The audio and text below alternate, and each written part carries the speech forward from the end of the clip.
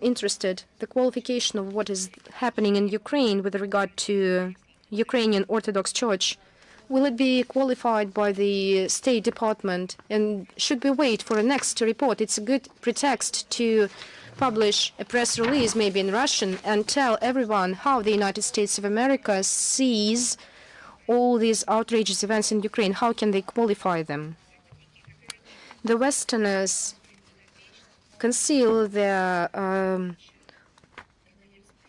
Ukrainians and observing in silence how they get rid of the largest confession of the religious group of the country. It's not a religious group. These are people who believe and who are now following this religion. It's not a destruction of books, but it's just a norm for the West.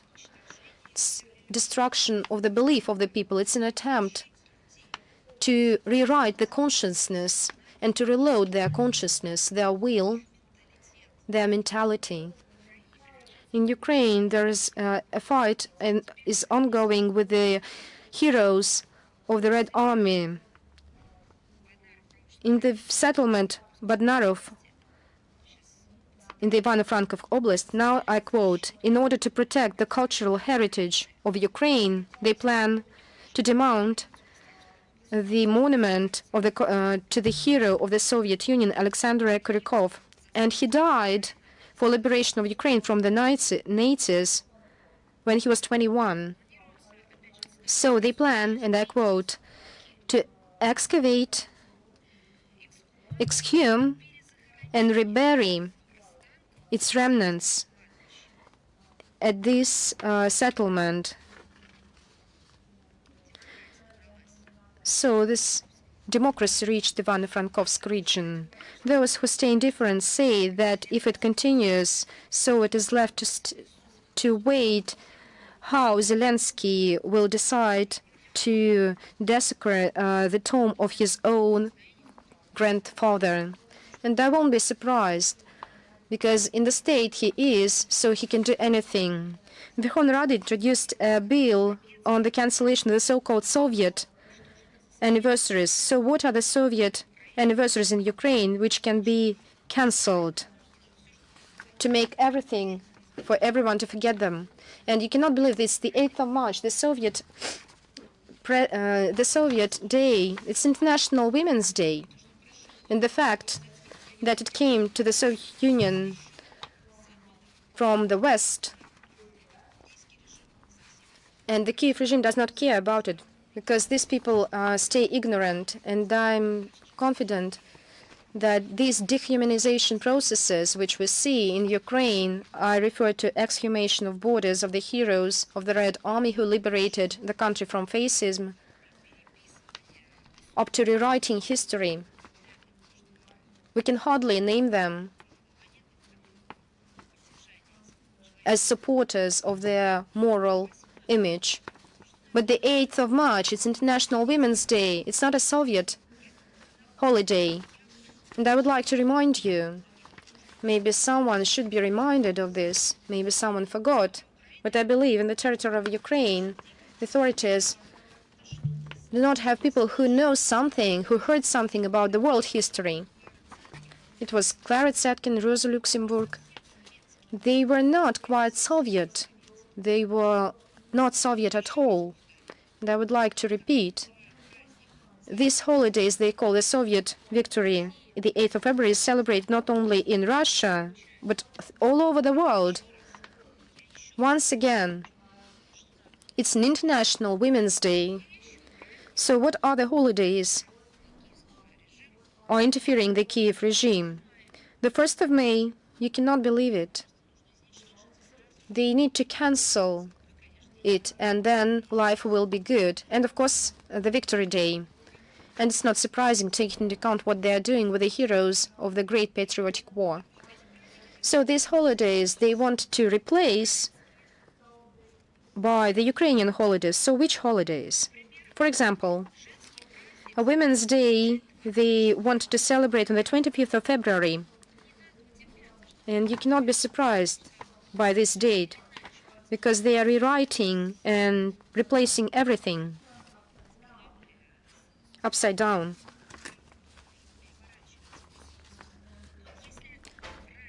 If earlier February was a kind of a month of celebrating all together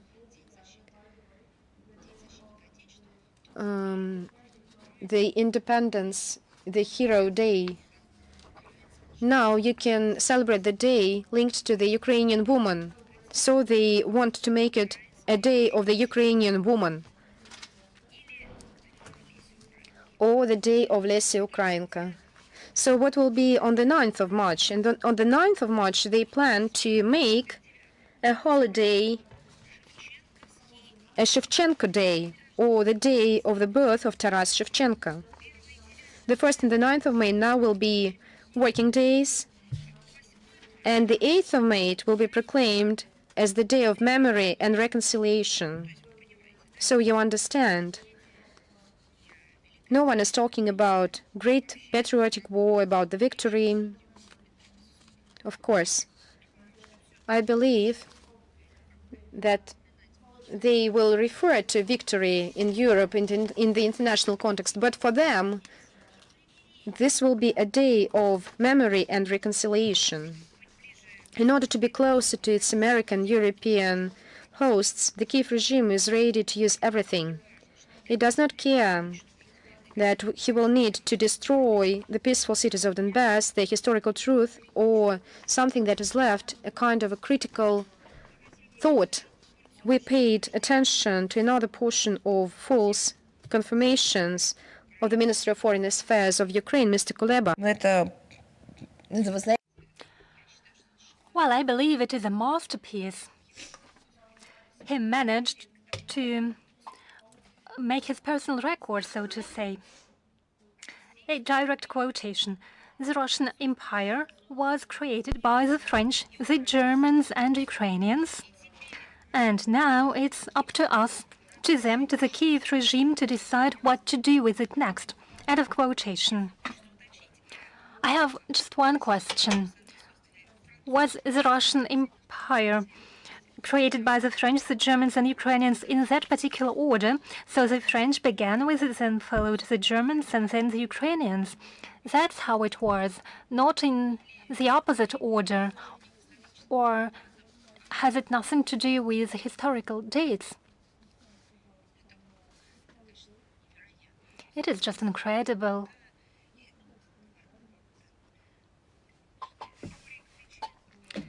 The Rurikovics have nothing to do with it, are they rather French or closer to the Ukrainians?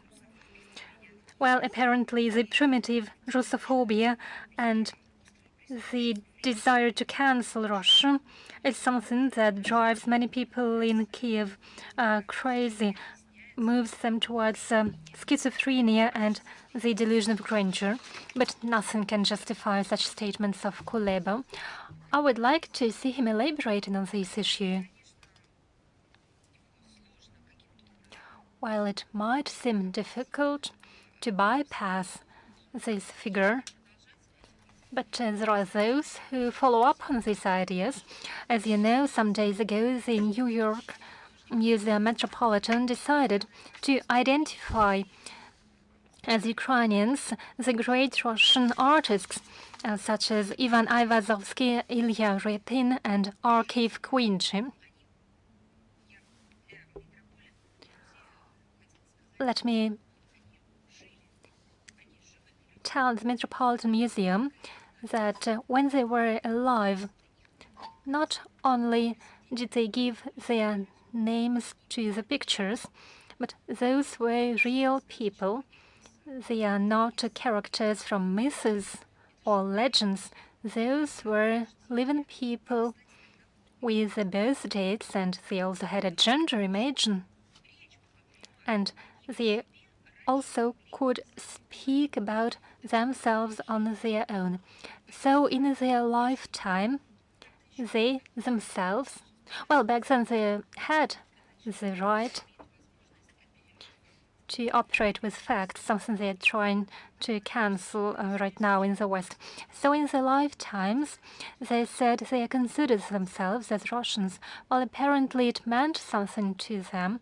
Or will we deprive them of their right, that same right that has always existed to preserve their memory and the truth about the people who have passed away. But the question is even broader. Right now, it seems that we are witnessing how the greatest museum, a major museum, is engaged in anti-scientific activity. It is not only politicization, it is not a mistake or an error, it is anti-scientific activity if you have facts substantiated by some documents and you start to twist these facts, to distort them in a deliberate manner, and if you do it publicly, if you turn it all into a campaign, then it is nothing but anti-scientific campaign.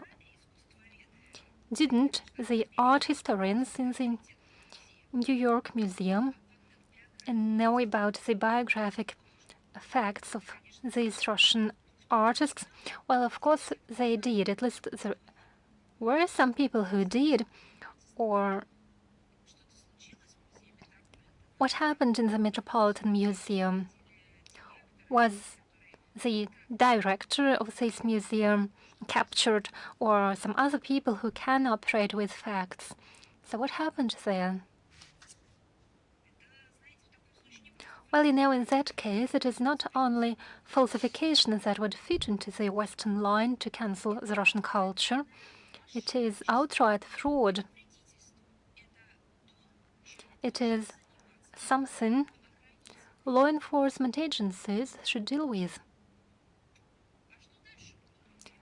So what is to follow? Right now, they show to us how the people who have passed away, the famous people about whom there are many documents and many facts, can become subject to such fraudulent actions. They can be called people of a different nationality, apparently of different citizenship, although they even had passports. They had birth certificates. And what is to follow? Let me tell you. And don't you think that it is a fantasy? Well, not at all. It's simply a logical chain of events.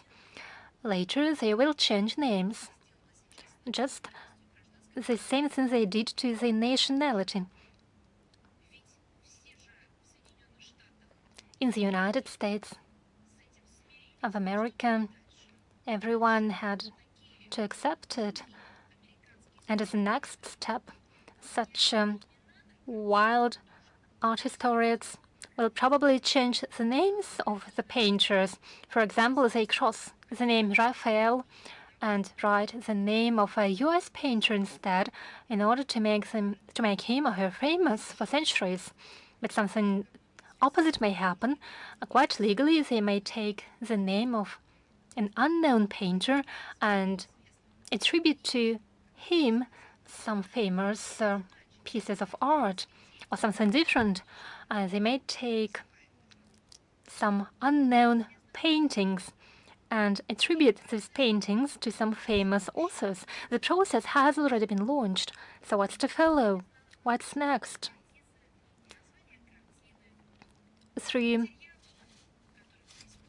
In the same chain of events, they can change the dates.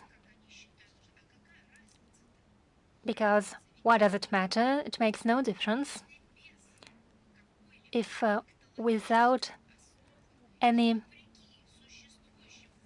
facts, despite the existing facts, one can change the citizenship and the nationality, then everything can be changed. Do you think they will stop at this? No. As a next step, they will change the gender and say that Ayvazovsky, well, why not Michelangelo, were not men? Well, I'm quite sure they could say they were transgenders. Why not? For example, with regards to such historical and famous characters described and personalities described in the literature. It is already happening. For example, the British so-called researchers already say that everything that was described in the New Testament happened to a transgender, or whatever they called the person who didn't have any gender. They already started with it. What is to follow? Ayvazovsky, Quincy, and Rapin will probably turn out to be women, because it makes no difference. In the same vein, they can change the race. Well, for example, yesterday I saw the cover. Well, I didn't believe it, but we have checked it. And indeed, it turned out it was true. Characters of a Dumas roman were not Europeans, but people of different races. That's how today's painter sees it, and that's something they want to make us accept.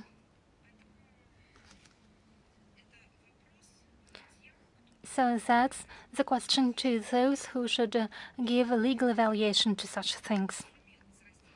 The West has succeeded in nurturing the criminals, but it doesn't have enough power to nurture the artists, so it has to steal something that the West has succeeded in the past time, to steal in a shameless manner.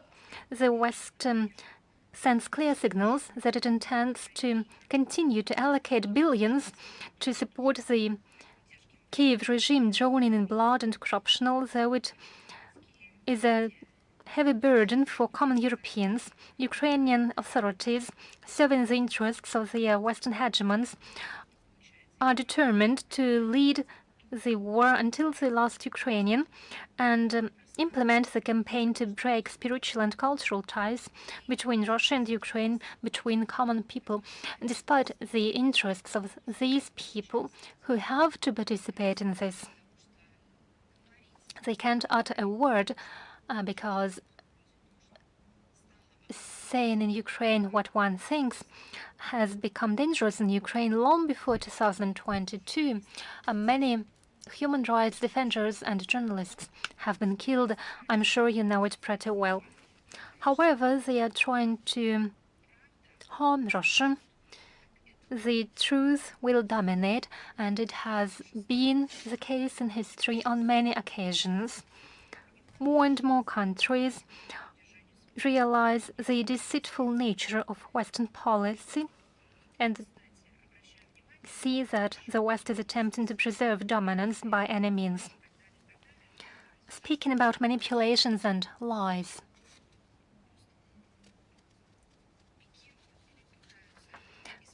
we see that the collective West tries to use it. Let me draw your attention to the statement of the Russian inter-agency staff.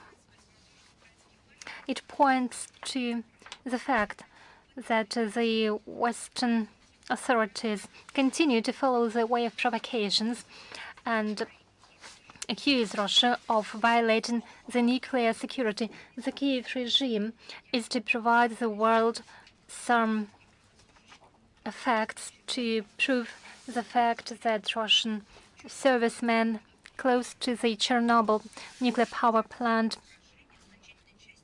led to a contamination of a wide part of Ukraine.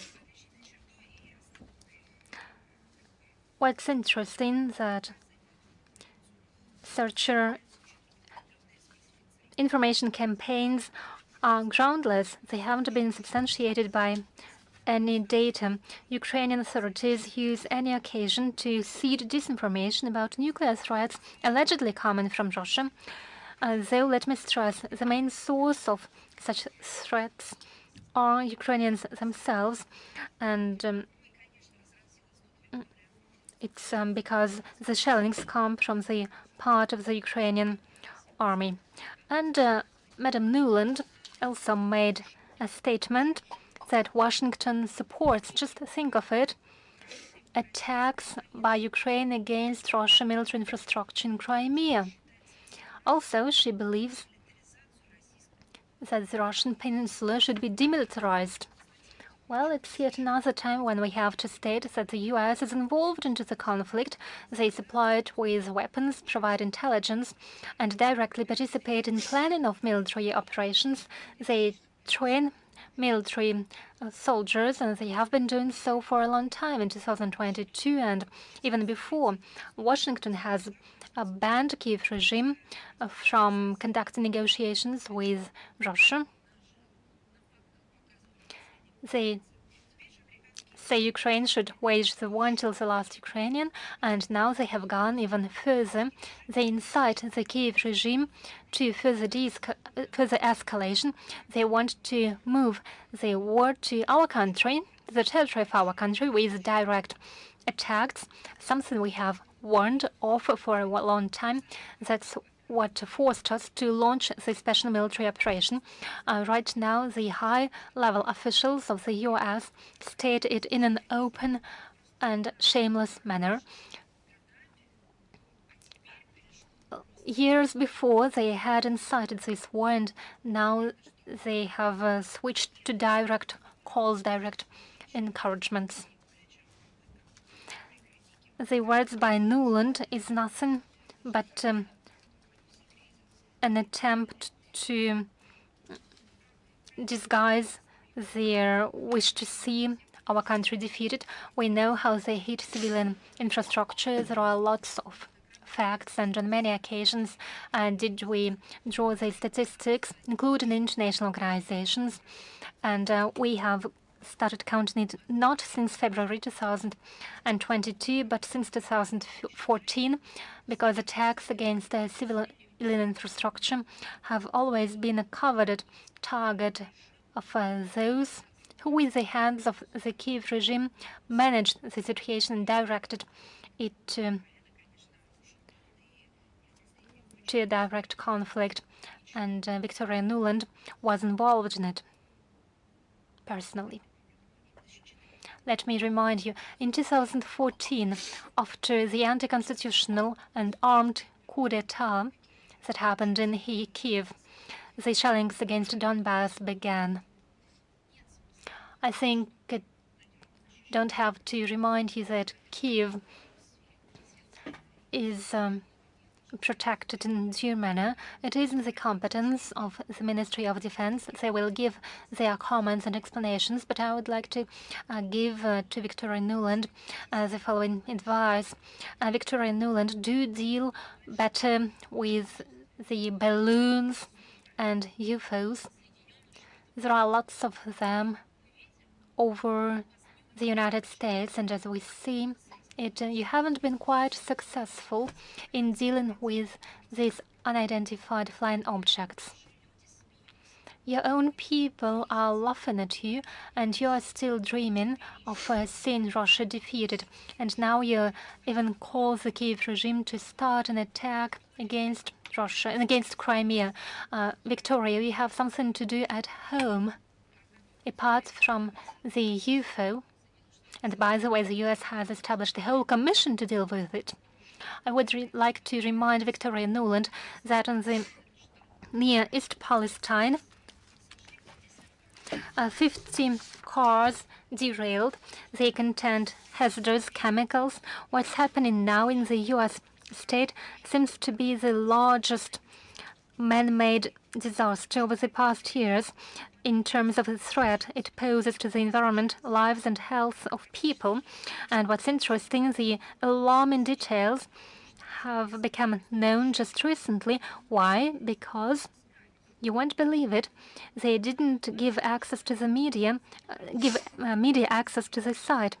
Well, Victoria Nuland, as a person, as a public personality, probably should take under personal control the situation where 50 cars with hazardous chemical substances derailed. Do tell us what's happening in the US. Please do add some democracy into the life in the US. That's something your people have been missing. And during the efforts to extinguish the fire set off by the incident, it was decided to conduct a controlled release of the substances which pose a threat to the human health. More precisely, they depressurized some containers and performed a controlled incineration under the pretext that cisterns could have exploded on their own due to overheat. As a result, around 5,000 people have been evacuated. Those who lived within a 2-mile radius of this site, and soil was contaminated. Deaths of poultry have been detected. This demonstrates how the Western news-making machine is working, while declaring their commitment to the green agenda and accusing other countries in not ambitious enough environmental efforts. The U.S. administration, the Biden administration, keeps silent about the U.S. failures that are due to the faults of local regulators that govern the transport of hazardous goods and substances. In every country, I stress, in every country, there is a threat of dangerous incidents. It happens in many countries. Sometimes it's due to mistakes or natural disasters. It's because our world is imperfect and the men are imperfect. And it's always with a sense of sympathy that we lend a helping hand, as it is happening, for example, now with regard to Turkey and Syria. And here we are, of course, really feel sympathy, understand the destiny and the situation with regarding to this situation in Ohio. But this is a small detail. Stop lecturing us. Now, I tell Victoria Nuland and all her colleagues in the State Department, stop lecturing the whole world how to live. So show with your own example that you can live in good neighborhoodness, with good quality. This is your loved indicator in an honest way. So show us, show to us.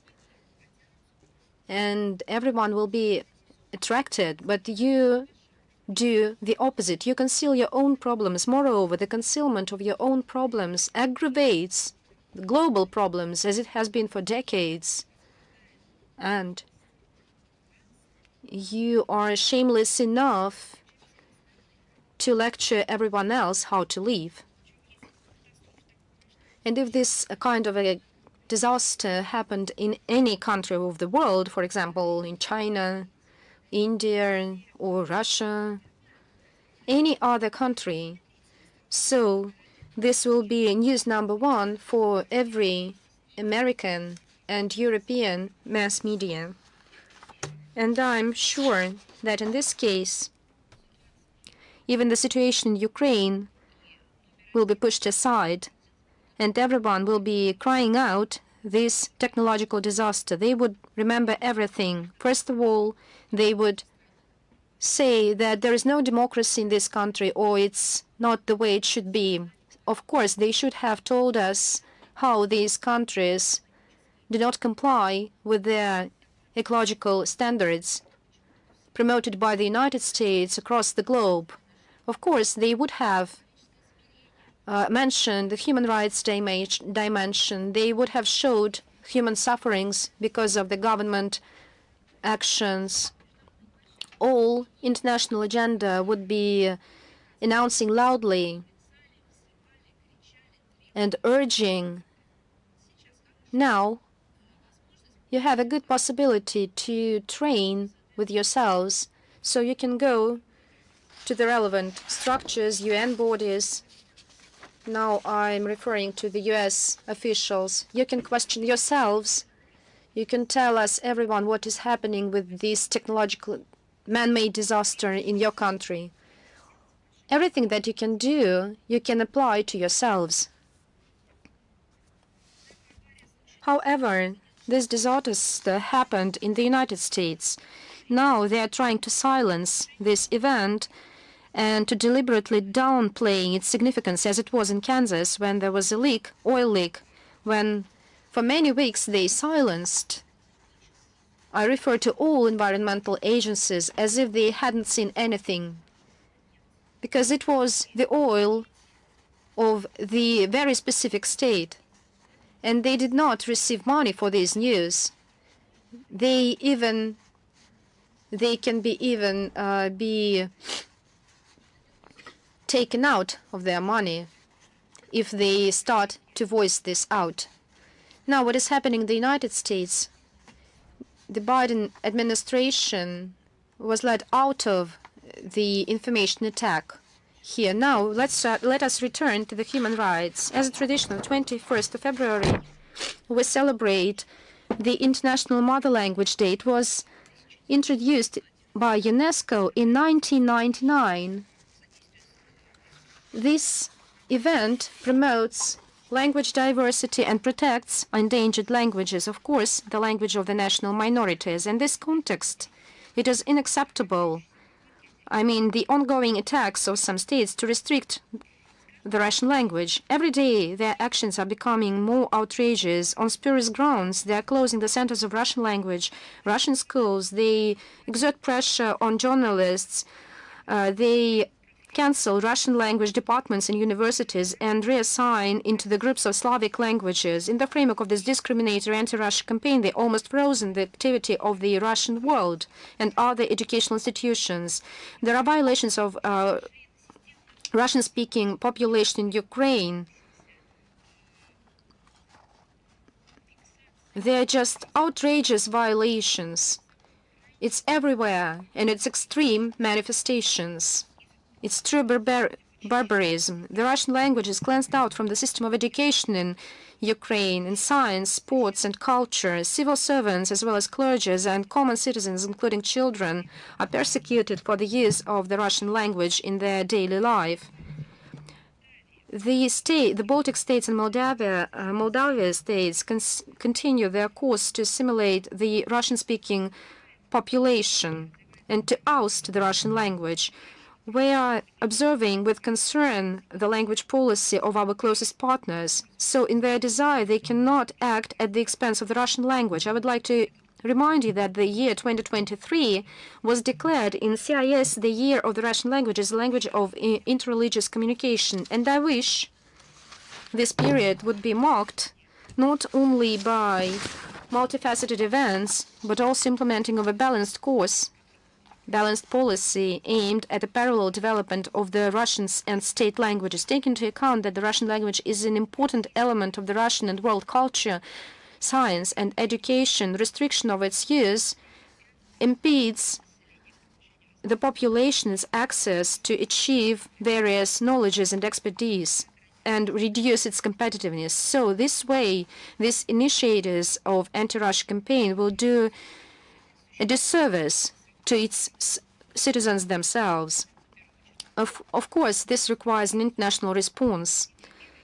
On our part, we implement all necessary means and are ready to respond in order to support the education of the Russian language abroad. And I would like to add some words on the Council of NATO and the defense ministers. As I've said, on the 14th and 15th of November, there was a NATO meeting at the level of defense ministers. So they discussed another phase of militarization of Europe and the further increasing of potential of NATO to deter our country. So they focused, as tradition, on the issues of supporting the Kyiv regime in order to combat Russia. So this confrontation, NATO themselves reaffirmed, is becoming a heavy burden and is depleting the armaments and strategic arms of this alliance. In furnace of this conflict, they throw out billions of dollars, huge amounts of weapons destroyed by the Russian army on the battlefield.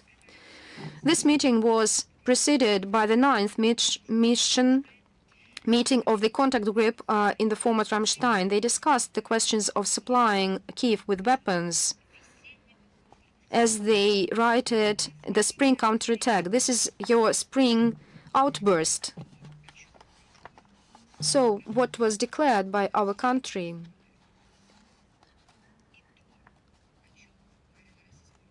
and what the Russian government said and declared as the goals and objectives is being implemented, and I'm confident it will be implemented.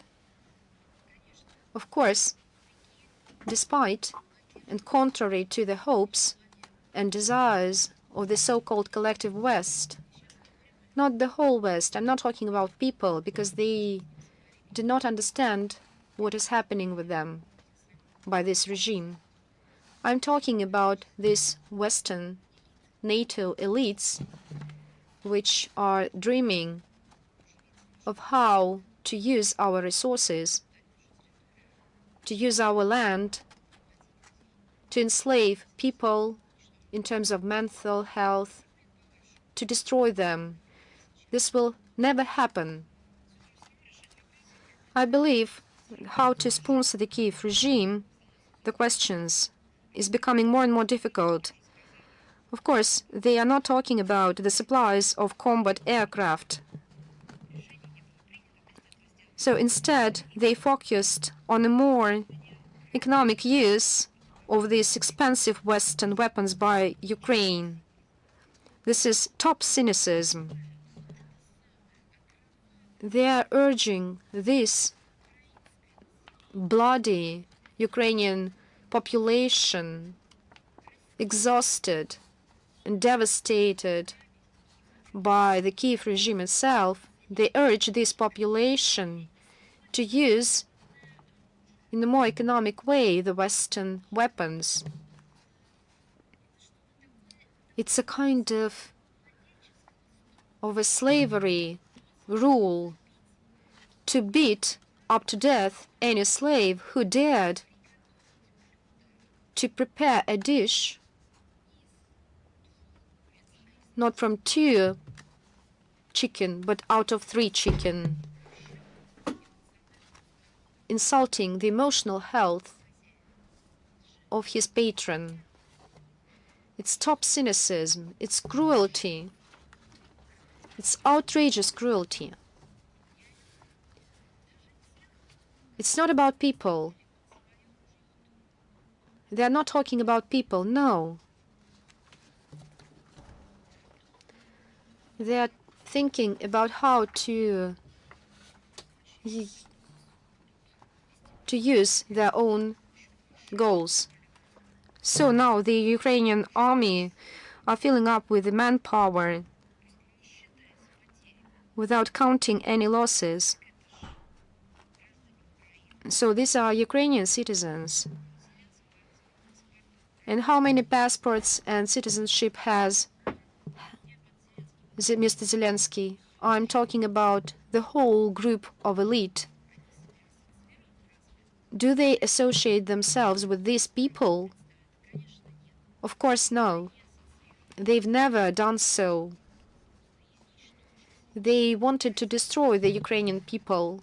They're always talking about Russia, but they destroy their own people first of all. By the way, and I would like to underline, a multi-ethnic population of Ukraine. So this scenario, of course, settles the Kyiv supporters. They are cared not only about the destiny of Ukraine, rather than continuation of conflict with Russia. The main thing is that this will be done by some other hands and by some other blood.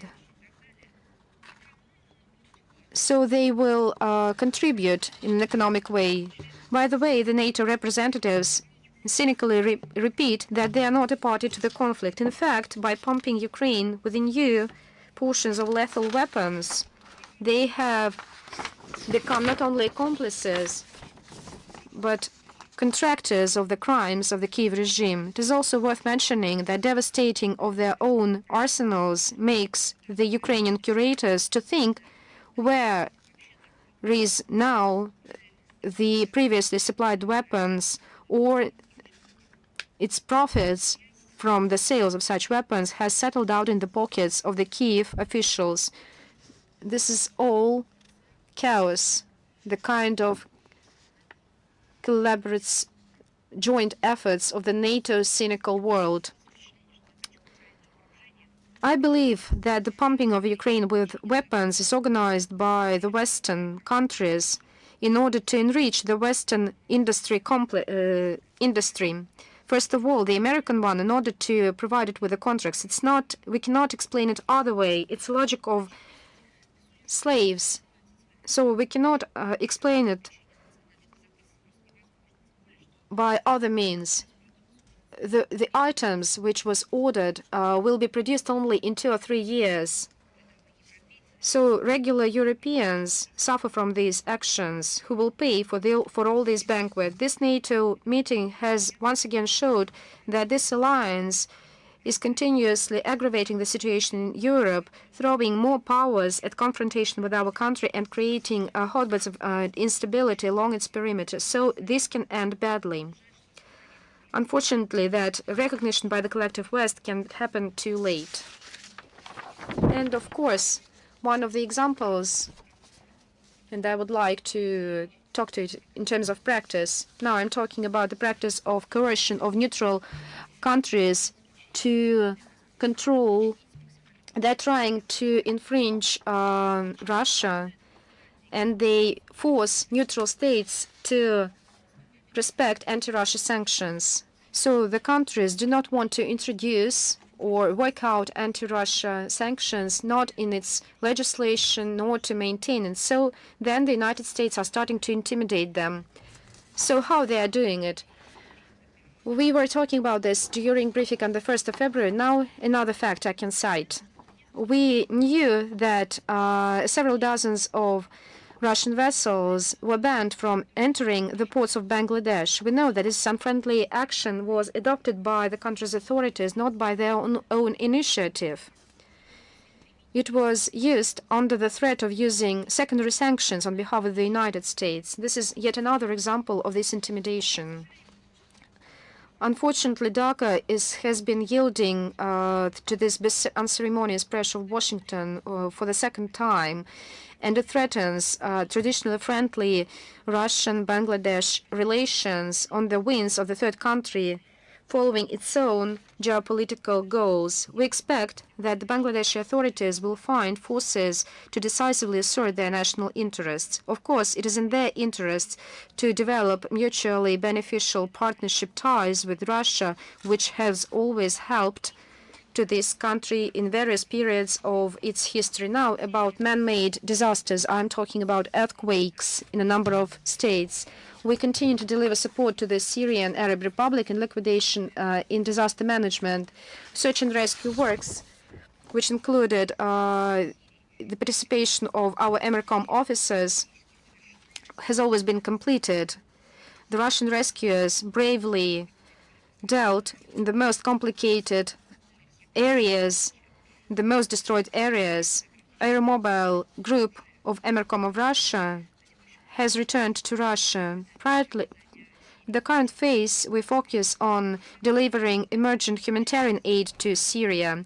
On the 10th of February, we delivered humanitarian aid, 70-ton humanitarian aid, including food and first aid items. So these items were distributed among the citizens of the affected areas with the support of the Reconciliation Center. This tragedy in Syria had a high-profile response in the Russian public. We continue raising funds in order to help those who are in need, including through our embassy in Moscow. Many people are participating in these actions. Non-commercial organizations, Russian regions are also engaged in this campaign. The Chechen Republic has sent about 72 tons of aid. We would like to mention that many other countries helped Syria as Russia, among them Azerbaijan, Algeria, Armenia, Bangladesh, Belarus, Venezuela, Vietnam, Egypt, Kazakhstan, China, Cuba, India, Iraq, Iran, Jordan, Lebanon, Libya, Arab Emirates, Pakistan, Palestine, Saudi Arabia, Sudan, Tajikistan, Tunisia, Turkey, Japan, even the EU members risked, I refer to Italy and Romania, they sent through an international Beirut airport medical equipment and first aid items. We can say that Turkey received aid from 21 countries. Then Syria received aid only from 9 countries of the European Union. And now you see a politicized story here. It's a bloody politicization.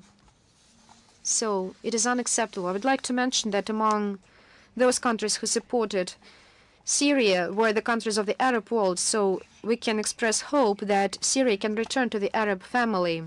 So this happened when close relatives in times of trouble of anyone settle their discords, which were insurmountable yesterday. And of course, we welcome such a positive trend. We underscore urgent lifting of all sanctions which restrict efforts on disaster management of this disaster in Syria. As for the question how this false agenda is gaining momentum, we would like to mention another fake by the United Kingdom. Of course, in the center is Russia, the creation of a kind of stigmatization of Russia.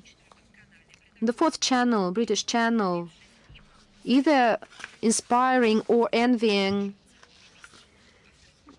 the authors voiced loudly themselves in the news of the film.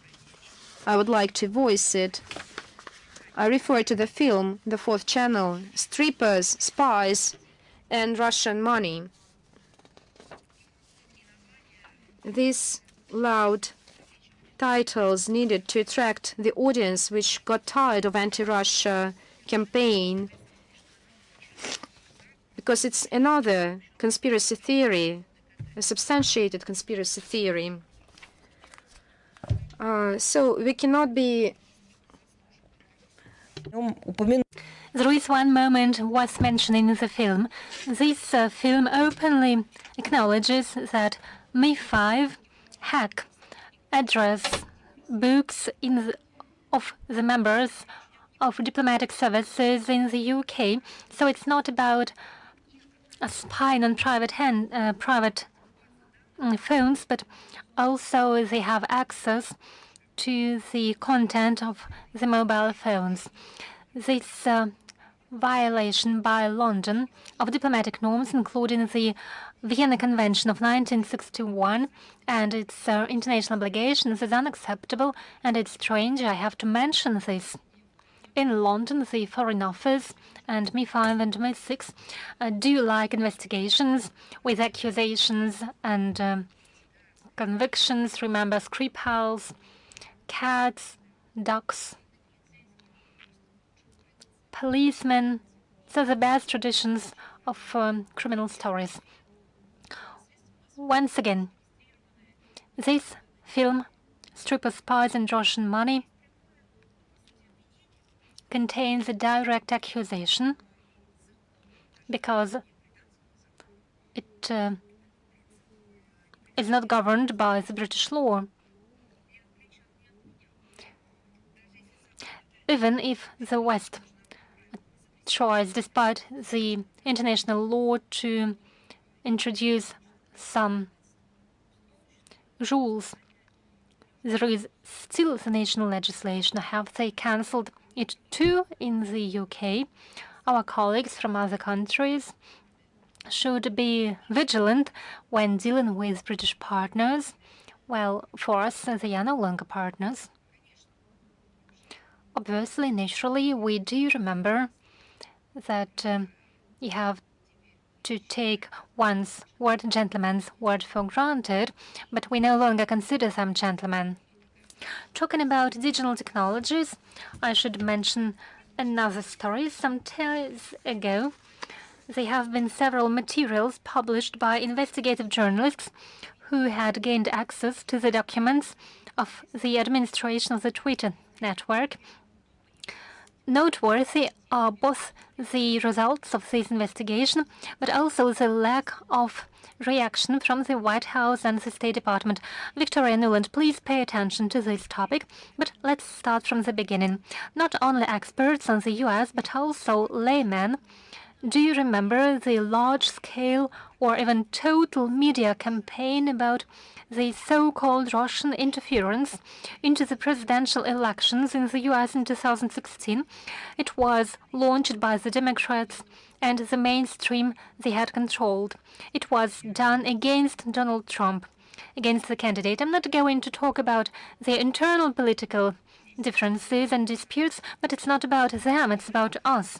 Collateral damage were Russian-US relations. As you remember, we were accused of interfering into the elections. Allegedly, Russians hacked everything possible and stole some data. And this allegedly affected the outcomes of the election. So as you remember, the outgoing President Obama expelled Russian diplomats and expropriated our property. One of the centers where false facts about Russian troll farms were generated was Hamilton 68 project. It was an initiative to fight against deliberately distorted information. It was a product of the Alliance for Democracy under the German Marshall Fund of the United States. This analytical center, think tank, is financed by several governments, including the US, Switzerland, and Germany. So who is on board? Wow, these are familiar people, but let me call their names. So they include such Russophobes as Michael Chertoff, former U.S. Secretary of Homeland Security, definitely Michael McFaul, former ambassador to Russia under Obama, Bill Kristol, ex-editor-at-large of the Weekly Standard, John Podesta, chair of the Hillary for America movement, and even Jake Sullivan was on the list on the board for some time, the current U.S. President Advisor for National Security. So it was a heavy mix of members of special services and media representatives. So what did this Hamilton 68 and Twitter administration do? It is at least a conspiracy between the greatest IT company and liberal establishment. Their goal was censorship of conservative points of views and dissemination of dogmas of democratic policy. By the way, Victoria Nuland, Byland, and Clinton promote this policy by brainwashing the US and world audience with the myth about Russian threat and influence. Throughout years, Hamilton 68 generated hundreds, if not thousands, of news about Russian bots. Their know-how was a secret source, a list of 644 accounts that allegedly, as they stated, were linked to Kremlin, and it could have gone on for decades. But suddenly, the journalists discovered this list in the Twitter materials. It turned out there were no Russians among them, almost no Russians, but many Americans. And it is nothing but fraud.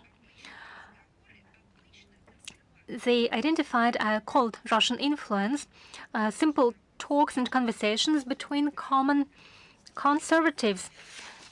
Plain fraud. While people were simply sharing their views, it was presented and sold as Russian interference. It is nothing but conspiracy. Conspiracy about their praised IT giants who ensure free exchange of opinions. And now, with this silence, when it comes to an investigation that is based on facts, suddenly they have no electricity, no power, and they can't turn on their computers. After the investigation of the U.S. journalist about the Nord Stream attacks was published, they continue to keep silence. Now, journalists that have nothing to do with Russia have already published their investigation. No word was uttered by the U.S. officials. These journalists were called as journalists who disseminate the conspiracy theories, and that's it. In the 60s, when the American deep state thought it was high time to start controlling the U.S. investigative journalists because the freedom of speech was their top ideal, they had to somehow limit the investigative journalists. So those who were working for these bodies could be defined as investigative journalists, and those investigative journalists who revealed some true facts, they didn't fit into the general line, started being called as those disseminating the conspiracy theories.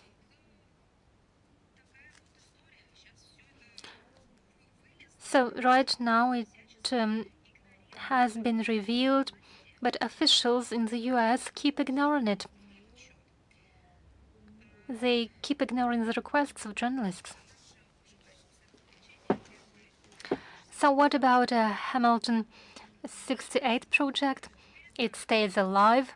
Now it's Hamilton 2.0 that has expanded its scope, and now it also analyzes disinformation from China and Iran.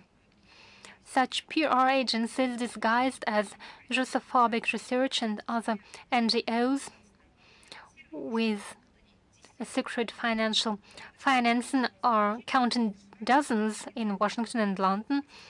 We are glad that many of those who were mentioned in this research, like Director General of the Global Association, the Public Relations and Communication Association, feel the effects, and the things don't go too well right now. Another example is the body financed by the US State Department, namely the Global Disinformation Index. This British organization with 2 affiliated US NGOs provide to advertising companies blacklists, so-called blacklists, in order to stop financing and closing conservative websites spreading alleged disinformation. This index was financed through the National Endowment for Democracy. But who financed this endowment? Well, in 2021, this National Endowment for Democracy received from the State Department $300 million. And also, I should mention the Global Engagement Center under the State Department. Undoubtedly, we will continue following and monitoring this interesting story, and will continue to draw your attention to these fake NGOs, because they are the very foundation of the Western system of lies, something they call the Western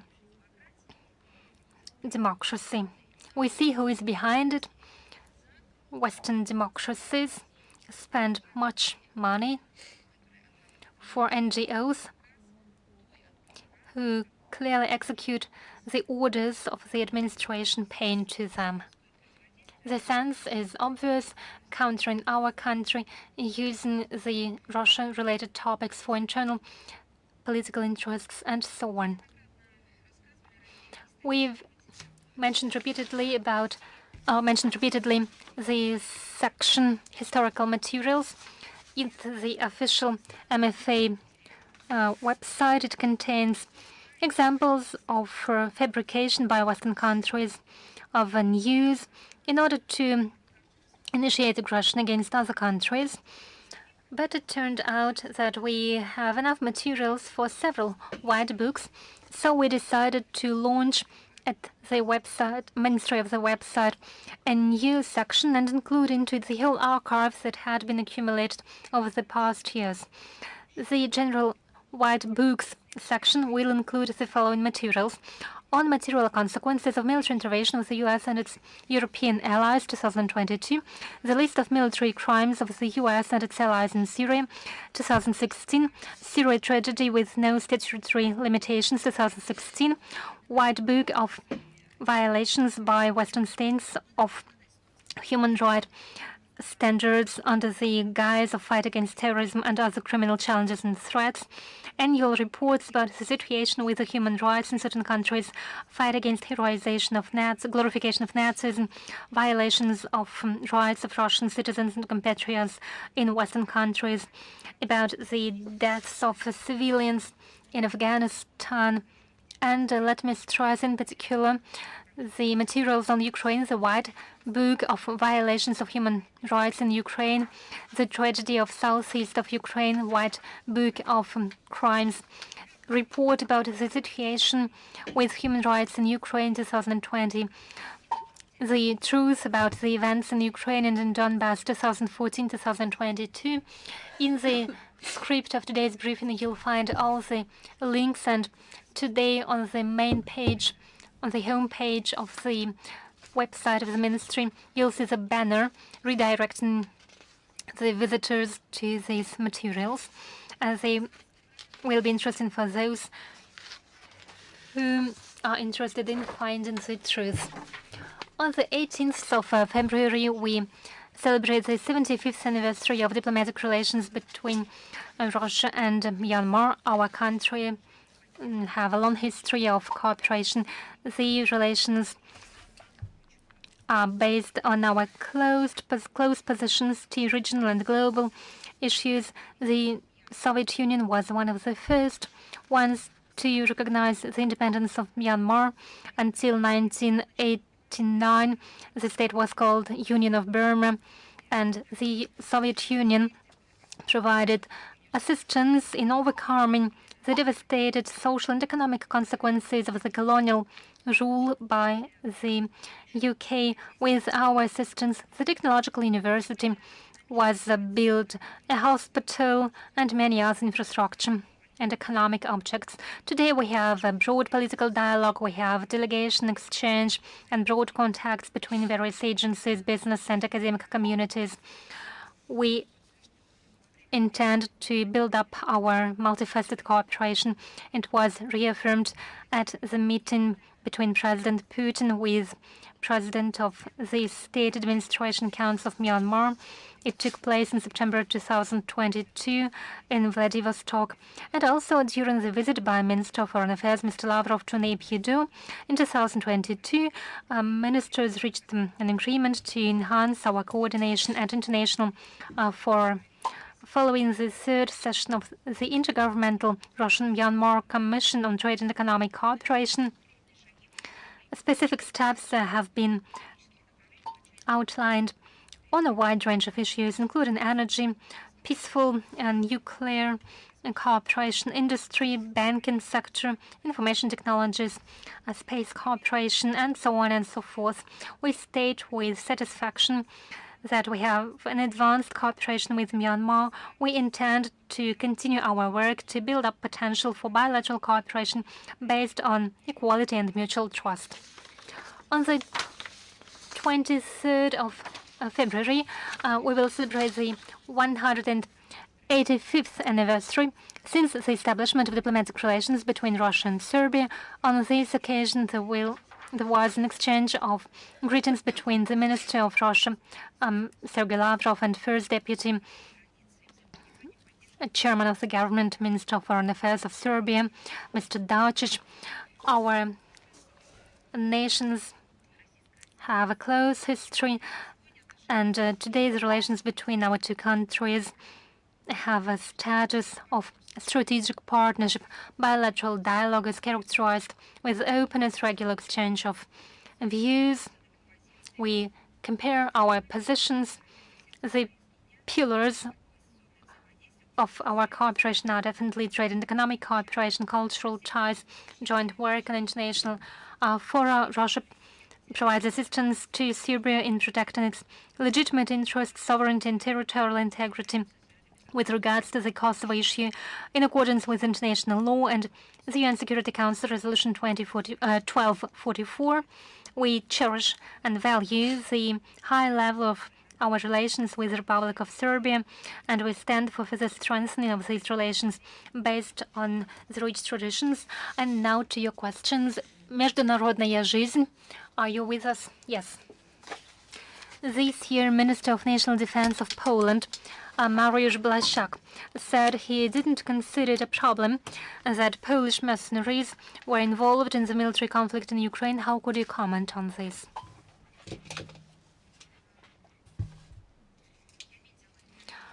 I have seen the interview. I've seen links to the interview of the 13th of February. It's about the interview by the Polish Minister of Defense for Polsat News TV channel. He was asked about the number of citizens fighting in Ukraine. So the Polish minister gave no direct answer, and he said he didn't consider it a problem.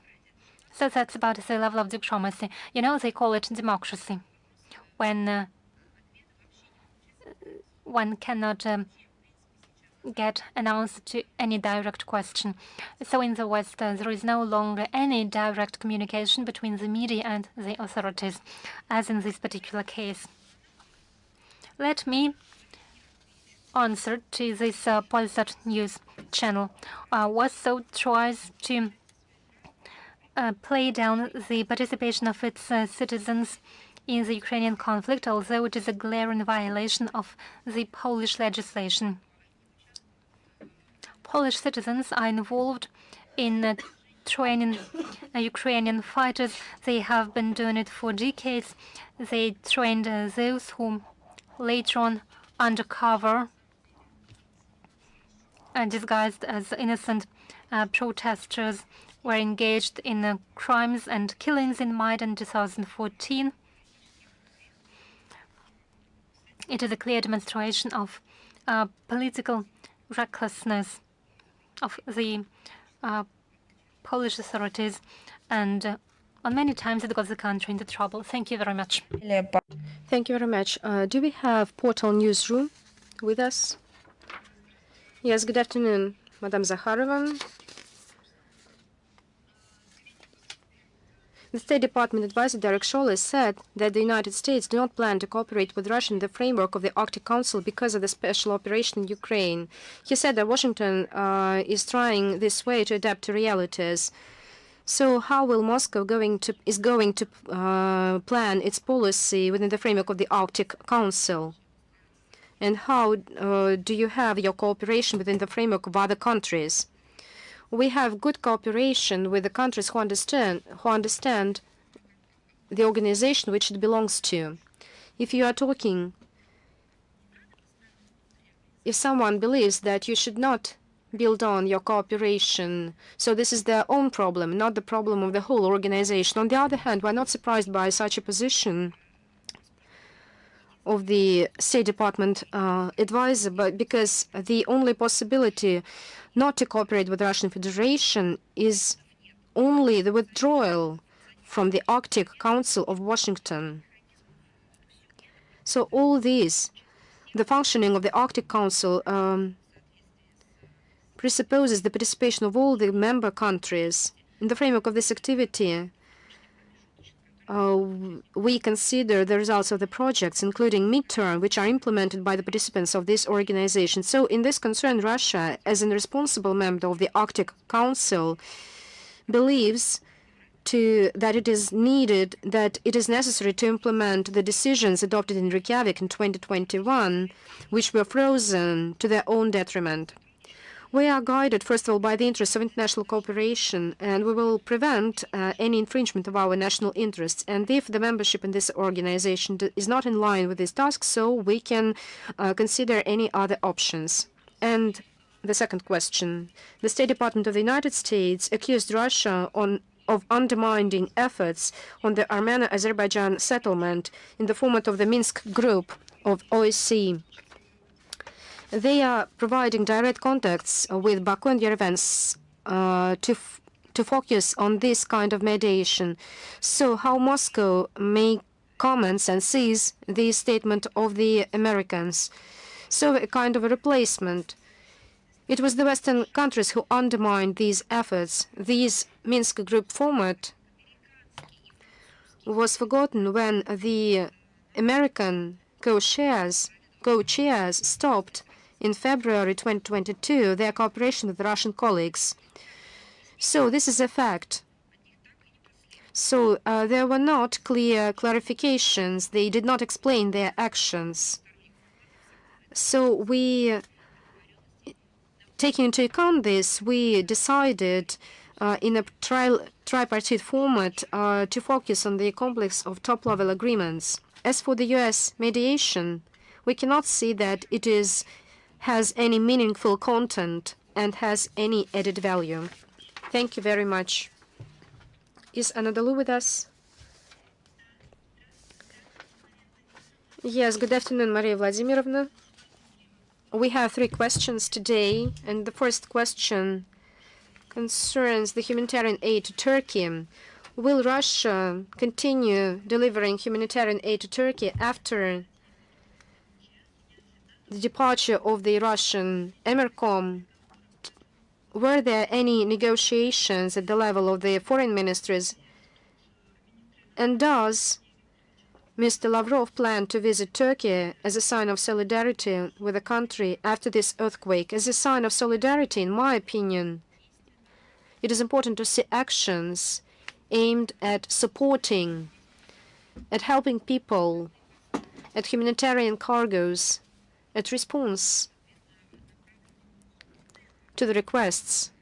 And this is the act of solidarity as I see it. Of course, these are political statements, expression of sympathy in public area. But first of all, this is a wide range of assistance which we are engaged in. Taking into account the scale of this disaster in the Turkish Republic, of course, we continue delivering its humanitarian aid. Currently, the Russian agencies are processing the requests coming from the Turkish side concerning the deliveries of the necessary equipment and materials. They collect and send humanitarian cargoes from separate Russian regions. As for the visits of our foreign minister, Mr. Lavrov, we will announce them if they are agreed. Thank you very much. The second question. Last week, the Western countries, referring to the special operation in Ukraine, urged their countries to leave Russia and to refuse to go to Russia and to Belarus. How Moscow assesses such activities? Do you expect that some other states can provide the same recommendations in the near future? And did Mr. Rybkov and Ms. Tracy discussed this question during their negotiations? As you know, that's another provocation with regard to the statements of the State Department to the U.S. citizens to refuse to go to Russia and to Belarus and to leave it if they are already in the country. So such kind of objections about the arrests, about the scary stories of harassment, of bad treatment, or arbitrary detainment, which the authorities cannot inform, on which the authorities cannot inform the U.S. embassy, or these stories are told to those citizens who are going to Russia. It is exactly the U.S. authorities who encourage this notorious cancel culture, waging a real hunting after the Russians in the third countries. These false persecutions, if they have a goal, so they can take them. So all those who are victims of this punitive justice system of the United States are risking to receive huge lifetime imprisonments and to be deprived of their assets and all the money. As you remember, the people, the children who were kidnapped, their imprisonment terms, they were just funny. For the death of a child, they received nothing. And if the people who possess a Russian passport, they can be subjected to all kinds of pressure, including arrest and eternal imprisonment terms. And that's the difference. That's the true attitude to human rights, to the values, to moral values. So the existing laws are changing now in order to ensure to take the assets and the property out of the citizens of Russia. And I would like to mention that recommendations not to go to the United States is relevant as never before, remains relevant as never before. As for our contacts with the U.S. Embassy, we've transferred a special note to them that stating that they need to behave in an appropriate way in the digital environment. Thank you very much. And now the third question concerns Israel. Since the beginning of Operation Ukraine, Israel maintained neutrality and even tried to be a mediator. First of all, the Minister of Foreign Affairs of Israel, Mr. Cohen, said that Israel will silence with regard to military operation in Ukraine. And then he went there in order to open his embassy and expressed support to Ukraine. Mr. Cohen was the first Israeli minister who visited Ukraine after this beginning of the special operation. So how do you see this attitude of Israel? So you were right when you said that in Israel there are different politicians who come to power, who have different approaches. Of course, we have our own approaches with regard to international agenda with various administrations in this country. We do not conceal this, and we express our concerns in the public environment as well as during briefings. We have maintained a trustful dialogue on a wide range of international issues. We discuss the Ukrainian issues as well. So on many matters, we are managing to find mutual understanding in the spirit of friendship. At the same time, I would like to underline that we have divergent approaches, but this does not interfere to cooperate on different areas of mutual interest, as well as with regard to the peaceful settlement in Ukraine. Do we have Media Corporation of China with us? Yes, good afternoon. We have one question. In the article of several hash, with the Nord Stream explosions, the American mass media almost ignored. And on the 15th of February, Mr. Hirsch published a post where the leading American media concealed the truth about the explosions in pipelines. We've already commented on this. It's a kind of conspiracy. When the U.S. administration in various the relevant special services and media outlets, as well as traditional digital platforms. So it's nothing new there.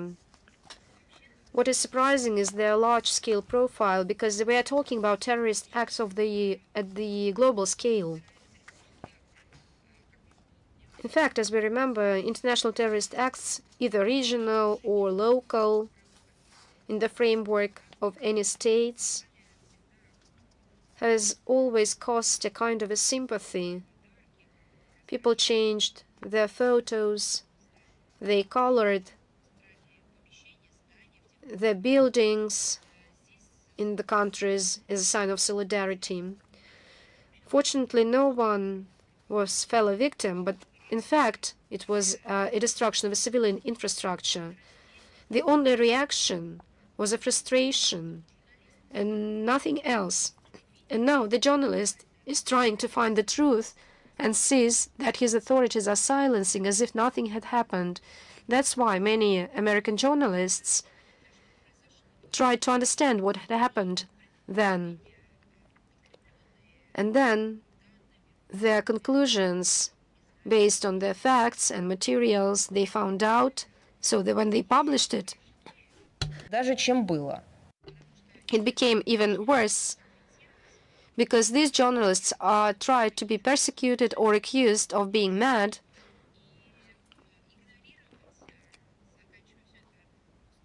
They are also being ignored at the briefings of the State Department and the White House. Now I have a question. Even though they see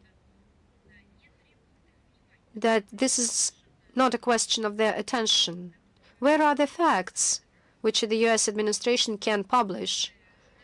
And if the facts of this journalist Hirsch are funny, they are not in line of the lofty ideals of democracy, where are they who deserve to be published?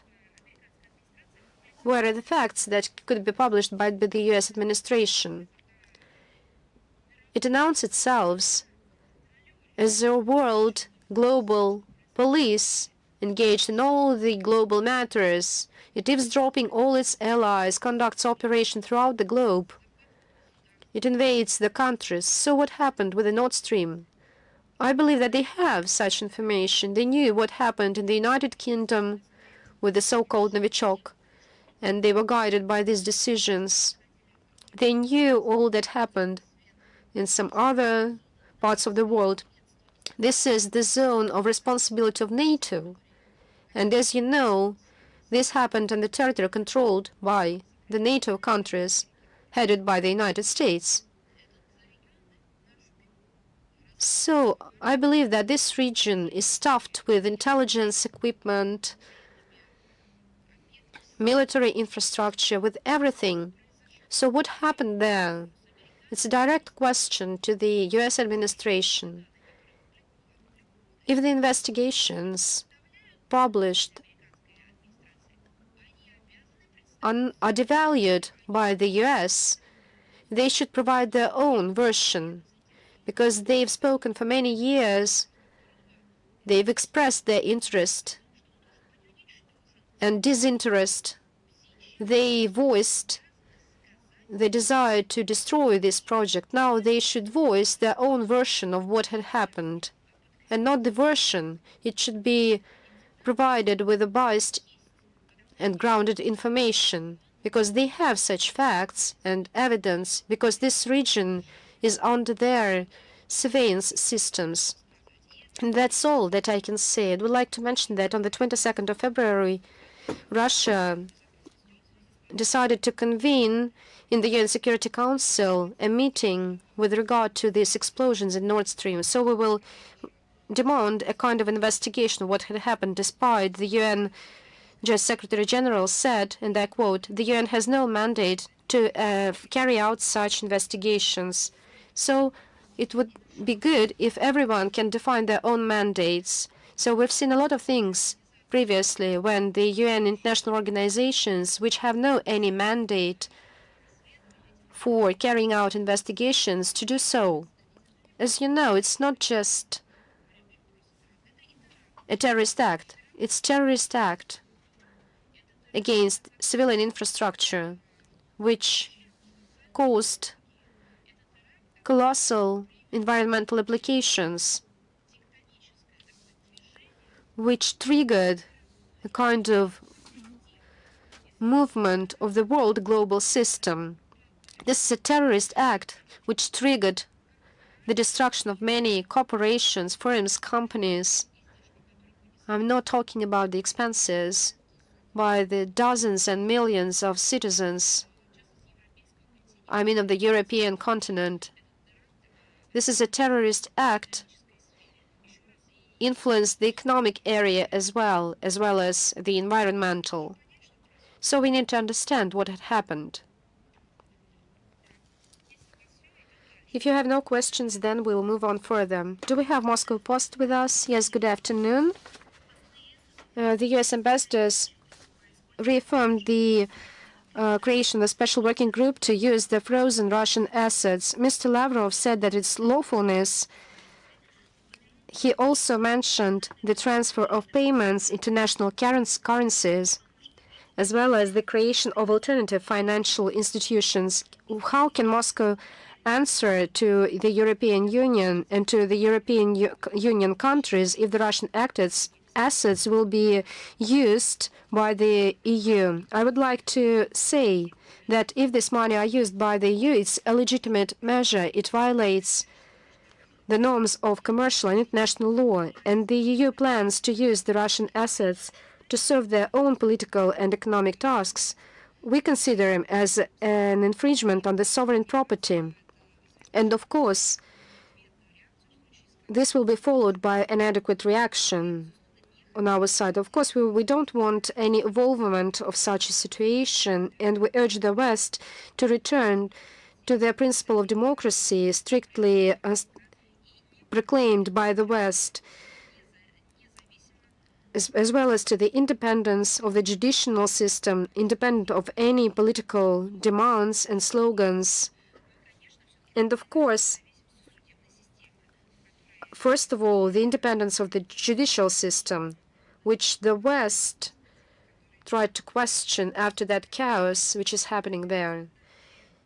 It is exactly underpinned by these foundations of the world order, including the financial and economic sphere. The Russian authorities considers all legal mechanisms to return access to Russian foreign assets. And refusal of non-friendly states to cooperate with Russian legal framework demonstrates the dependence of the status of sovereign assets, national assets, from geopolitical opportunistic approaches of some Western countries.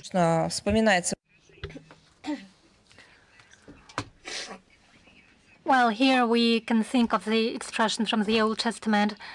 Today it's you, tomorrow it will be someone else. We call on the international community to pay due attention to these events and don't follow the Western extortioners.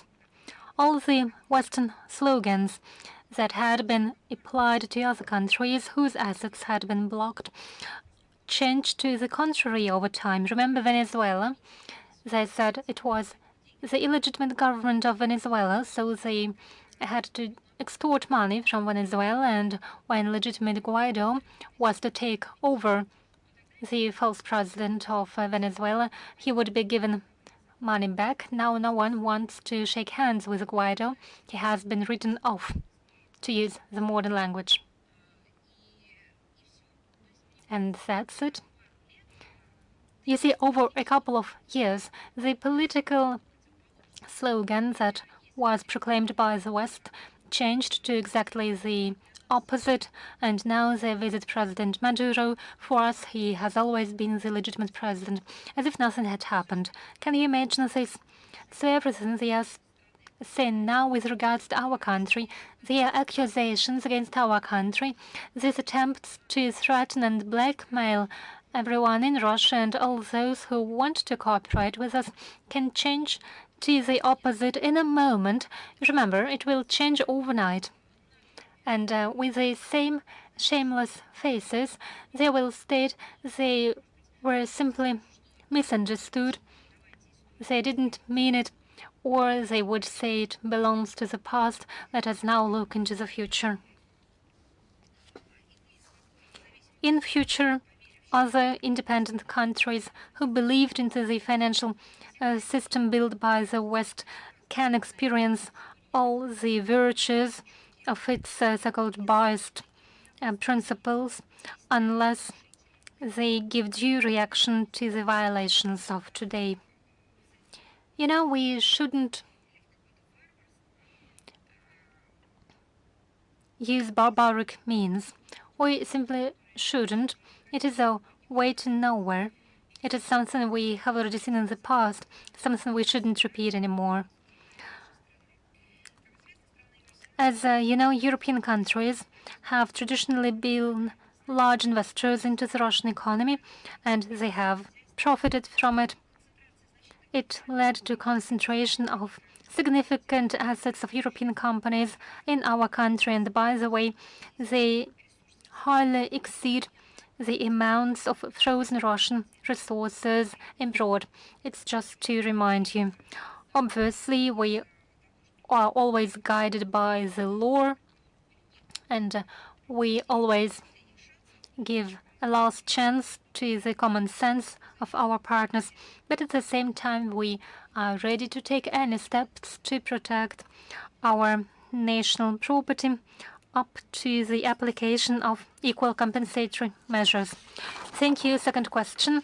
In October last year, you spoke about the fact that officers of the UN Secretariat should follow the principles of equidistance. Mr. Lavrov also mentioned the topic of privatization by the West of leading positions in international organizations. What mechanisms are there to prevent such injustice?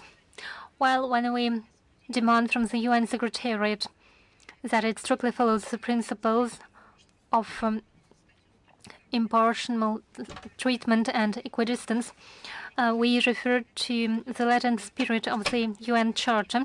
I quote an article from the UN Charter. In the performance of their duties, the Secretary General and the staff shall not seek or receive instructions from any government or from any other authority external to the organization. They shall refrain from any action which might reflect on their position as international officials responsible only to the organization. Once again, it's Article 100 of the UN Charter, and Russia has always considered the Charter as the cornerstone of the international legal system. As for privatization of the leading UN bodies, the trend to fill them with citizens of Western countries is a source of concern, and it's outrageous. This is particularly dangerous against the backdrop of increased attempts by the US and its allies to subject the organization to its vested interests and turn it into the interest to exert pressure on unfavorable states, including Russia. However, we should bear in mind that Article 101 of the UN Charter mentions the need to consider the principle of fair geographic representation when taking decisions about recruiting staff for the Secretariat. So it's not about our whims. It's simply about the commitment to the basic principles laid on paper. Our country has been consistent in its calls for the UN Secretary General and the Secretariat to respect the Charter provisions in cooperation with our like-minded partners. We try to make sure that principles of impartiality and equidistance are stressed in the decisions of the leading bodies, governing bodies of the organization. Besides, if we face clear violations of the principle of fair geographical representation, we sometimes should have to simply block the appointments to some positions of special representatives of Secretary General. Thank you. And my final question. In the interview to Russia Today, Director of the department, Mr. Philipson, said our military and technical cooperation has purely applied value. Would you please explain what your colleague meant? What role is military and technical cooperation playing in the foreign policy? Well, since you requested such a clarification, let me refer you to the federal law of 1998, number 114. It contains a definition. It is activity in the field of international relations that is related to imports, exports, including supplies or purchases, as well as development of military products. Military and technical cooperation with foreign states is one of the key components of foreign policy of any state, which is which has a significant potential in the field of defense and industry. In developing this potential and military cooperation, we resolve issues in a wide range of fields and try to ensure the national security of our country and promote its military, political, and economic interests in a legitimate way, obviously, in accordance with international law and based on national legislation. Russia considers military technical cooperation as a means to enhance the level of the use of force in global affairs. The supplies of Russian arms aim to strengthen the defense capability of the countries who receive it and maintain the regional balance of power, stability, and security for Russia as one of world's key producers and exporters of weapons. For us, military technical cooperation is a priority topic in interstate relations. It contributes to greater presence of Russia in various regions and strengthening friendly relations with the recipient countries. But I would like to ask you to quote me as I said it. Please don't quote me out of context, because our military and technical cooperation consists of many aspects and elements. Moscow, Baku, are you with us? Yes, we have the following question. Next week, on the 22nd of February, we will mark the anniversary since the signature by leaders of Russia and Azerbaijan of the historic document, the Declaration of Allied Cooperation. How do you assess the effectiveness of implementation of this document? What importance does it have in the current situation? And there have been reports that in the end of the month, Mr. Lavrov will visit Baku. Is it true? Are there any advances in the case of peaceful agreement between Azerbaijan and Armenia? While as for the visit by Mr. Lavrov, we'll announce it in due time if it happens. As for your first question, the document lays down the new quality of cooperation between our countries. It sets out the vectors for development of cooperation for years ahead. Allied relations between our countries is a stabilizing factor on the regional and global level. Together with Baku, we are working to implement its provisions. And a number of events have been planned to mark the anniversary of its signature. As for the planned visit, I have already answered your question. And as for the peace agreement between Azerbaijan and Armenia, we can continue to provide assistance to our partners. We keep informing you about it. Recently, there have been useful contacts in Yerevan and in Baku. Special representative by Mr. Lavrov, Mr. Igor Hovayev, held some contacts. Both sides reaffirmed the interest in seeing Russia as an intermediary. This topic is very sensitive, so I'm not going into detail, but we are ready to organize another meeting between the ministers of foreign affairs of Armenia and Azerbaijan on this topic. Vedomosti newspaper, are you with us?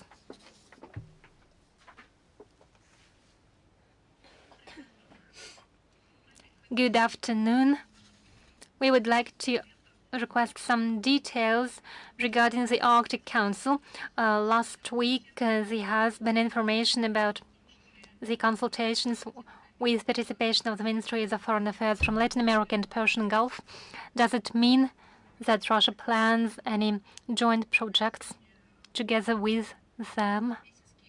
With whom? With countries from Latin America and the Persian Gulf. Well, I will clarify it with my colleagues. I don't have such information. It's not because we don't have this information as such, but it's quite a specific question. I'll clarify it with my colleagues and we'll get in touch with you later. And is it possible that the Council continues its activity without Russia? Well, you know, when they speak about the G20 without Russia, it's not the G20 any longer.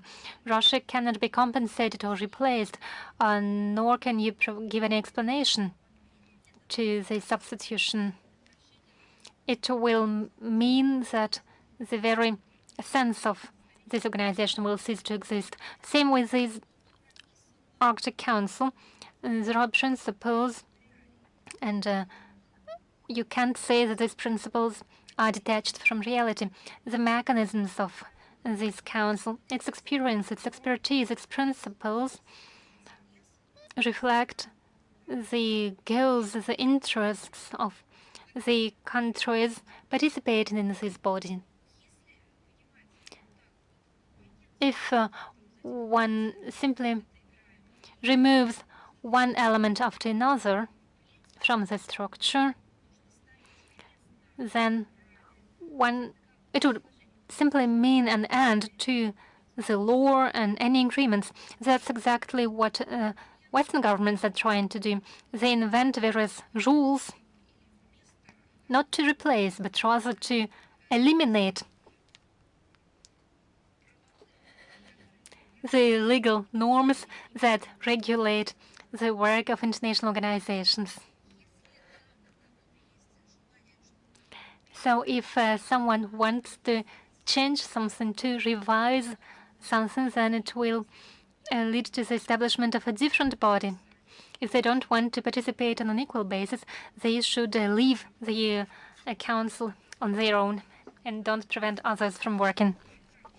Will you give your answer regarding Latin America and the Persian Gulf today? Yes, definitely. After what I've seen on the screen today, I have got so much inspiration that I'll never forget it anymore.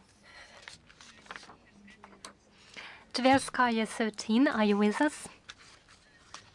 Yes, good afternoon. We have 3 questions. During the last briefing, you paid attention to the disaster in Turkey and the help of Myanmar-Russia. Our country was one of the first ones to provide assistance to Turkey after the earthquake. According to the ambassador of Russia in Turkey, Mr. Yerhov, the leadership of Turkey enhanced the volumes of weapons supplied to Ukraine. How can you comment on the actions of Turkey, its response to the helping hand of Russia? Well, I can say that we qualify any actions that lead to escalation of conflict as very dangerous.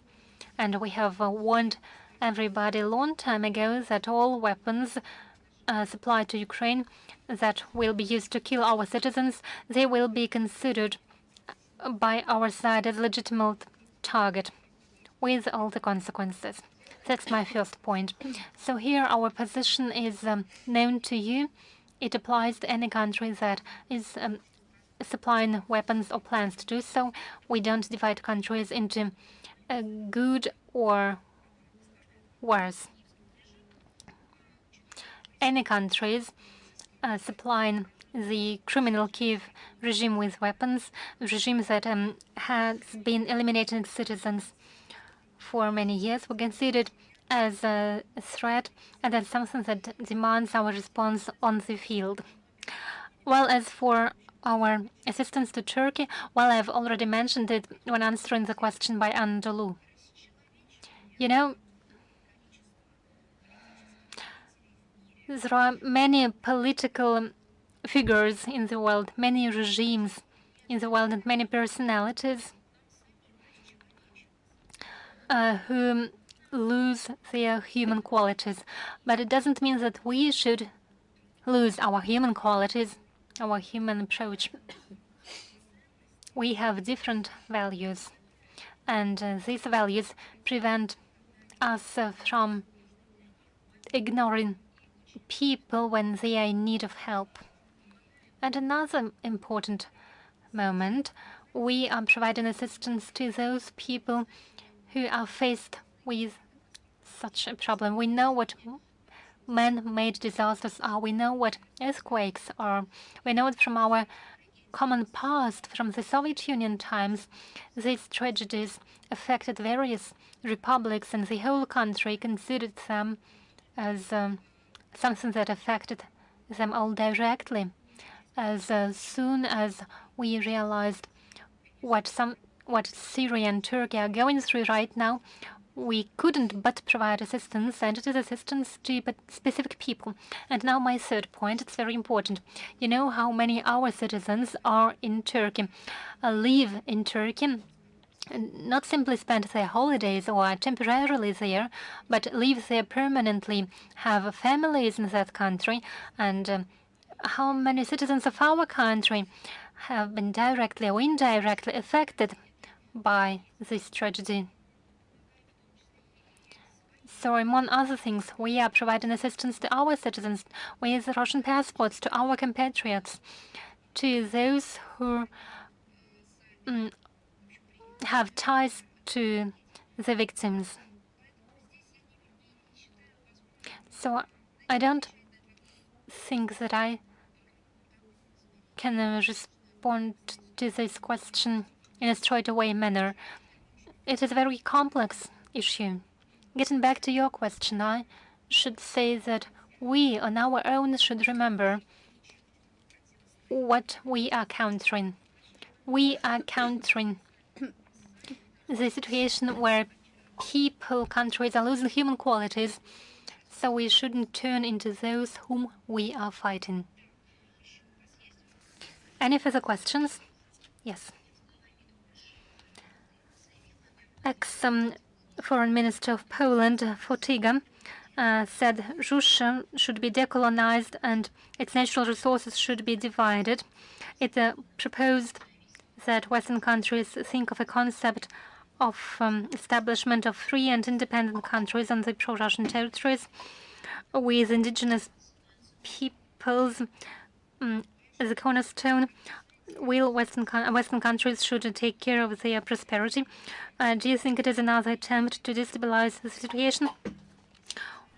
Well, as for decolonization of Russia, it is something which the Western states should think of. For centuries, for decades, they have been thinking about turning our country into a colony.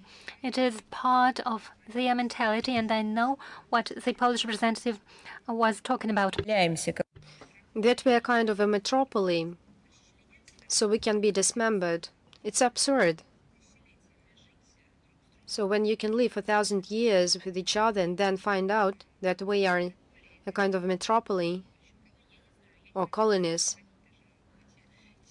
I don't want to dwell on this psychoanalysis after declarations of some Polish politicians. I would like to return to my idea. Indeed, this is a very important trend which should be seen in the Russophobic Western politicians. They wanted us to make colonies, a kind of supplier of commodities, make a kind of hybrid colony. And indeed, we opposed to this. And right now, we are telling them the inadmissibility of even thinking about this. Our resources are bothering them for many years. They came to us for many times, mainly from the West. They received nothing, and we had to fight for this. And we had to defend the resources which were given to us in historical terms and which we use in a reasonable way, which we protect and share in a peaceful manner with the whole planet, with not only with our neighbors, but also with our partners, and not even partners, as it turns out. And we continue to do so, doing it in a mutually beneficial way, because there is a kind of historical justice there. But coming to them and trying to rob them, to subjugate us, and to force us leave the control of the resources, so they won't do so. then they will fail. And these ideas are not new one. And trying to revive this unipolar model under the slogan of a unipolar of the world-based, rule-based order, they're using any efforts, pressure, provocations, blackmail, intimidation of the unwanted, the use of force. They also use an information war. They endlessly repeat that we have to collapse and then the Russian issue will be settled. They are talking about this directly. And what surprises me, when the Russian foreign minister, and by answering to all these voices, he is accused of some parallels. We do not make any historical parallels. They tell us the same phrases which were told our people as well as other peoples as well in the midterm, in the 50s of the 20th century, because the words, and this meant that finally we have to get rid of Russia. After a many-year or a long confrontation with Russia, we need to get rid of Russia, and that is the end of the decision or a final resolution of the question which these countries themselves are bearing in mind and are trying to resolve. They have been doing so for many decades, and that's the question to them, for how long they are doing in this senseless business. This is a kind of information war, and so the proposals you voiced, the so-called proposals of the satellites of Washington, it's not the only evidence of this ill ideology. It's yet another confirmation of the real nature of our partners, about their plans with regard to our country. It is clear enough for us that the existence of Russia as the main basic systematic elements on the vast Eurasian space represents a problem for many of our opponents. We cannot resort to equal rights. They can use the way they can do so, but history teaches that any attempts to shatter the Russian statehood, to drive a wedge into their community as well as to claim the territorial integrity, promotes consolidation of our peoples, encourages the consolidation of the key areas of our life. At the same time, they reaffirm inability to negotiate and their false intentions, which strengthens us in our position to focus on another vectors of our foreign policy. You've cited yourself the Polish former head of the Ministry of Foreign Affairs of Poland, which stated such an announcement. Today we cited many other representatives which also voiced that Russia has to be beaten, that they need to win over Russia, and they should make Russia defeat.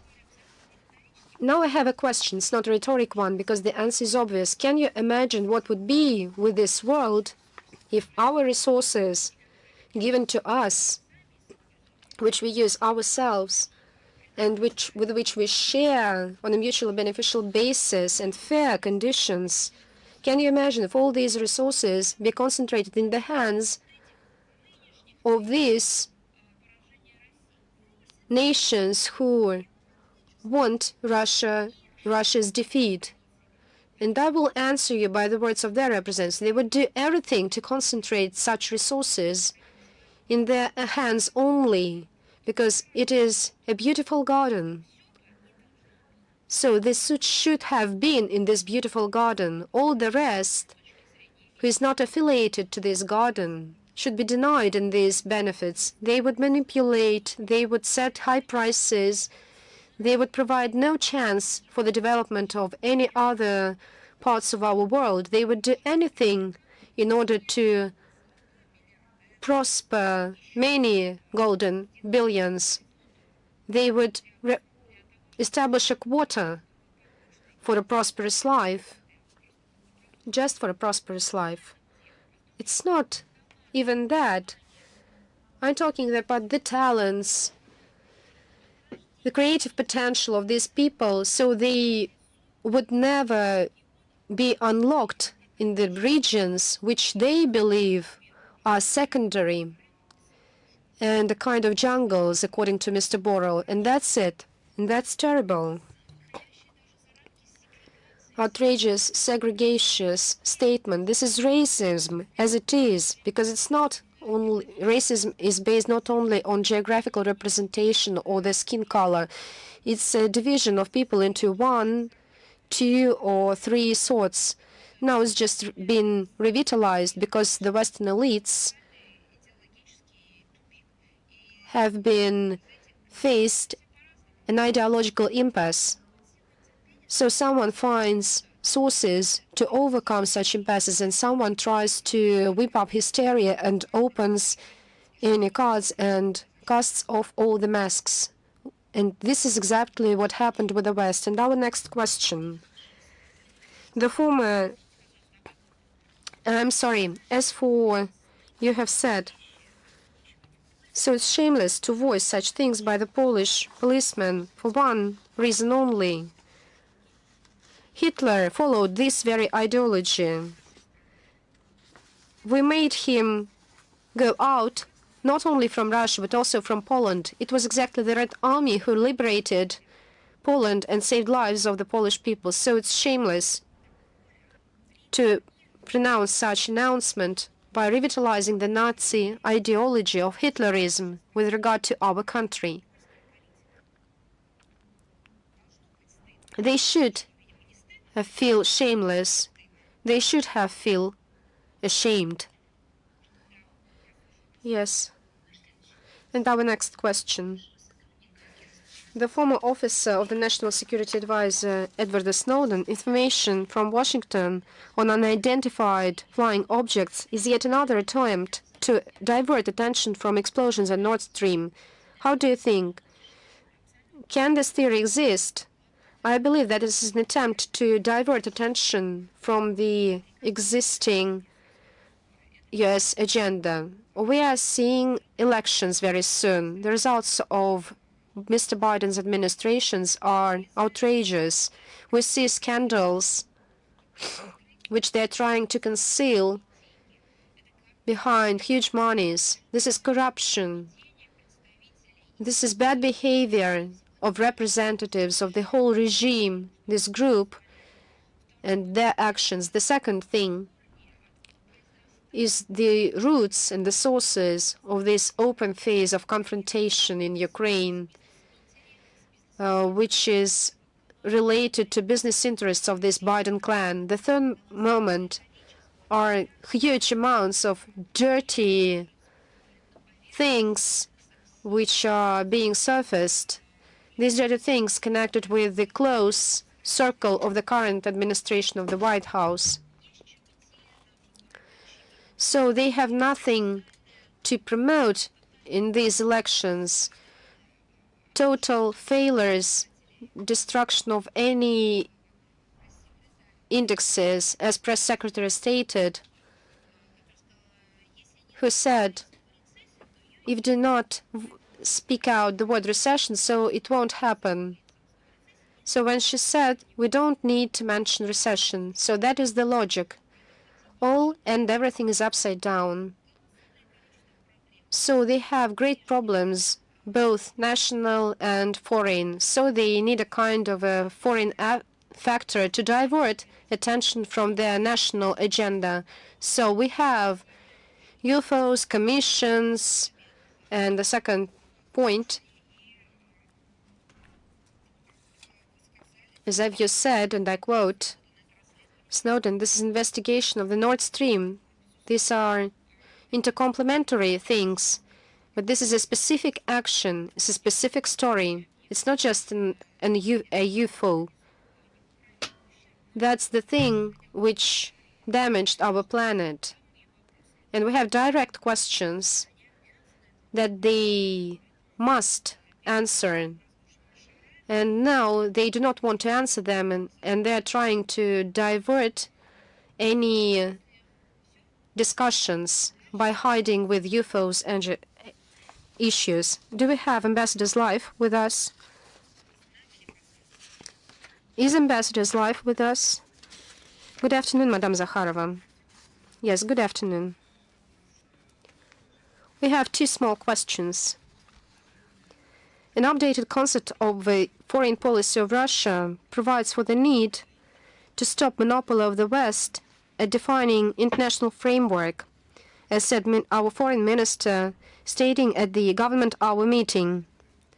And these frameworks should be defined on the basis of balance of interest in the UN Charter. So how will we react on the permanent discrimination of the Russian symbols, anthem and flag on the international arena? As for our sports, maybe we can consider a mirror response with respect to those who disrespect the symbols of our country.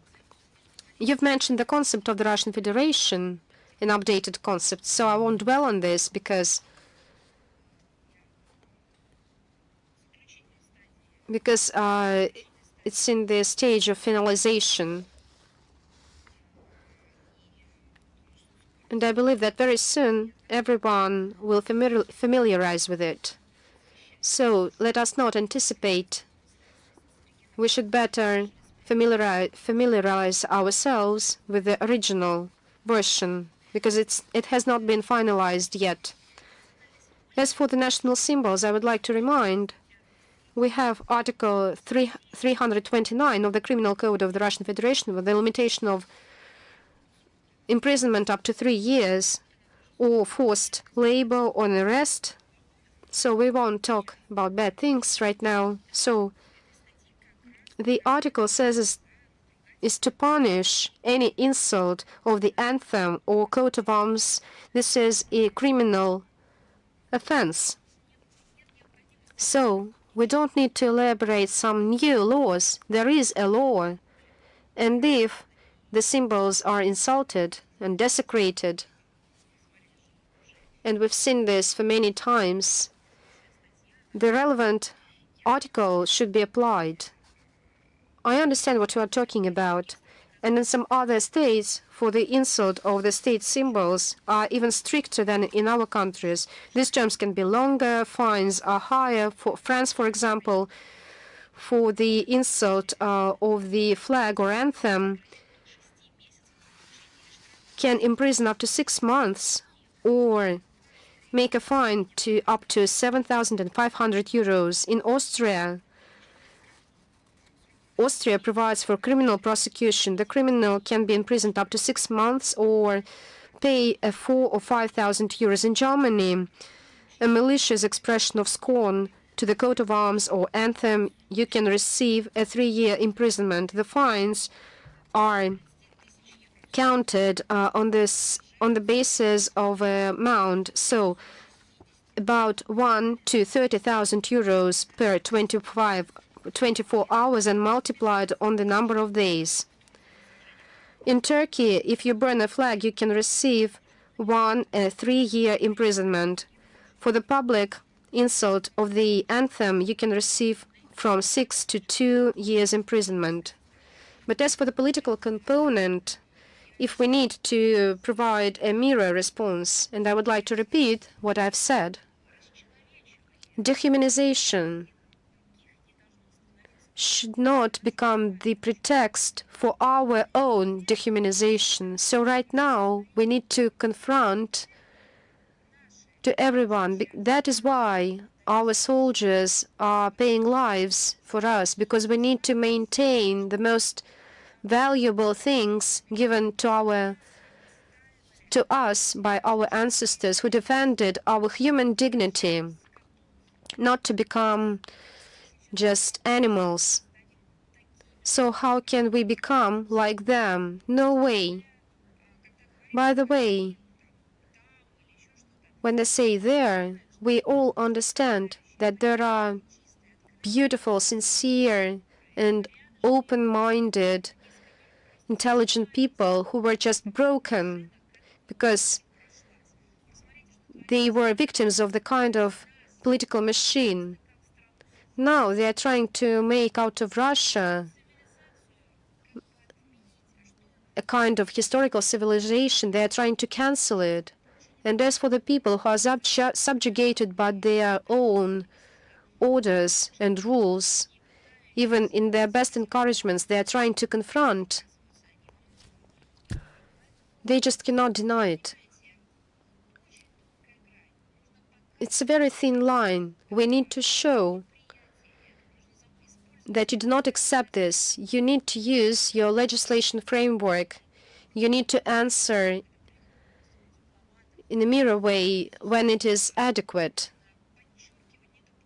to underline the inadmissibility of actions against any categories of our citizens, including by placing our partners out of zone of their comfort because they got used that we maintain their zone of comfort. Recently, a few days ago, Mr. Lavrov met with foreign journalists. There was an open part and they talked in a working format, in a closed format. And the Western journalists from unfriendly states voiced on many occasions that it's hard to work in Russia now because they now have to form visas, to accreditations more often than before. You see that they got used to a comfortable life. So they enjoyed the regime of maximum benefits. When at this moment one moment they received visas, when our foreign journalists were honorable guests in our country, when they were revealed to the rank of our own journalists and possessed all the rights of journalists in accordance with our law on mass media. Maybe someone benefited. There are, in fact, a shameful attitude, ignorance, approval of the actions of their own authorities, illegitimate actions with respect to Russian journalists. They even participated in persecution of Russian journalists as it was in Germany. The Union of Journalists in Germany, they just persecuted journalists with their personal data, names, insults. Now everything has ended up. So they will live a new life, they will form new documents as it should be. So if they do their job professionally, so they will work in our country. If they do not work as professionals, so the foreign journalists won't work in Russia if they conduct activities which is not in line with their state. Now, if they disrespect ourselves, our country, our peoples, then they have nothing to do here in our country if they behave in this way. More than that, 1 year ago, a number of British and US media, most of them are already hybrid media, what did they say in February and March 2022? We will not work in your country at all. We are leaving your country. Well, they didn't have anything better to threaten us with. We asked them a simple question. Are you going for holiday? Then please leave your accreditations and we'll cancel your accreditations, or are you going to come back? Or are you leaving forever? Then, after a short time of thinking, they said it was simply for rotation purposes, and many of them stayed and others came back after a short time of absence. With the exception of some media like Bloomberg. Probably they know they have done something here that they should better stay away from Russia. We are not going to behave like them, and we will provide comfortable conditions for their work, not only when it is needed, but when it is considered as a friendly gesture from our part. If you have no further questions, and it seems to me there should be no further questions, from your part. Then let's turn to Radio Saga. Good afternoon. Let me say that as for myself personally, on my office, we have never shown any disrespect to your country. Yes, I know how much you cherish and value your professional renommee. You know who I'm talking about. I named them. It was a démarche. Well, remember, please understand me. I beg your pardon, but I have to say this. When it comes to some landmark events, all journalists gather there to build up their offices, to have the possibility to directly report about the situation for the audiences. What sort of journalists do Western media have? If on one single day they all declared about their intent to leave our country, well, if you wish to leave the country, why declaring it? They did make public announcements. Why? Because they were part of a political campaign of exerting psychological pressure on our and world society. They made a circus out of it, and when they realized that their competitors gained grounds, they got back, but we remember it. So you know what I'm talking about. There have been no parallels, hardly any parallels in history when events of global significance broke out in some region and the journalists fled that region, not because of any threats posed to their lives and health, but for political motives. It means they have nothing to do with journalism. Probably they represent some businesses or political parties that seeks to preserve its capital, although there was no threat to capital too, either. But I can't understand how journalists Western journalists rejected this possibility to cover a situation, to report about the situation that was of global importance. But that's what we've seen. And I'm sorry, you know what followed next? Next, they started calling us and saying, we would like to resume our relations. We would like to have the possibility to cover the situation. Why do you bypass us? Why don't you send us any invitations? What sort of invitations can we send to you when you all left our country, when you made your choice in favor of some political considerations? Well, I'm sorry. Now to your question. Yes, I have two short questions, if I may. And now that ties between Europe and Russia are being cut off completely, what are the future options? What future should we expect in your view? What should happen for normalization of the relations? Well, I don't know. I can hardly say it. We never poisoned our relations. We had done everything to make sure that we maintain our relations. When you speak about new foundations for our relations, what do you mean by that? We need relations based on international law and bilateral agreements based on the principles of mutual respect. They should be modern, dynamic, with an element with a touch of interdependence, the sense that we share our times, a sort of a unity or historical fate at some stages. That's what we were trying to achieve. We offered major projects. We implemented such projects despite everything. And to some extent, we have demonstrated unprecedented openness and goodwill, and so on and so forth. But you know how it ended. Not only didn't they understand us, I think they did, but there in the West, they couldn't take the independent, I'm talking about Europe, they couldn't take the independent political sovereign decision to build relations with Russia, relations of a new sort. But under the pressure of the US, Europe rejected any proposals made by the Russian side.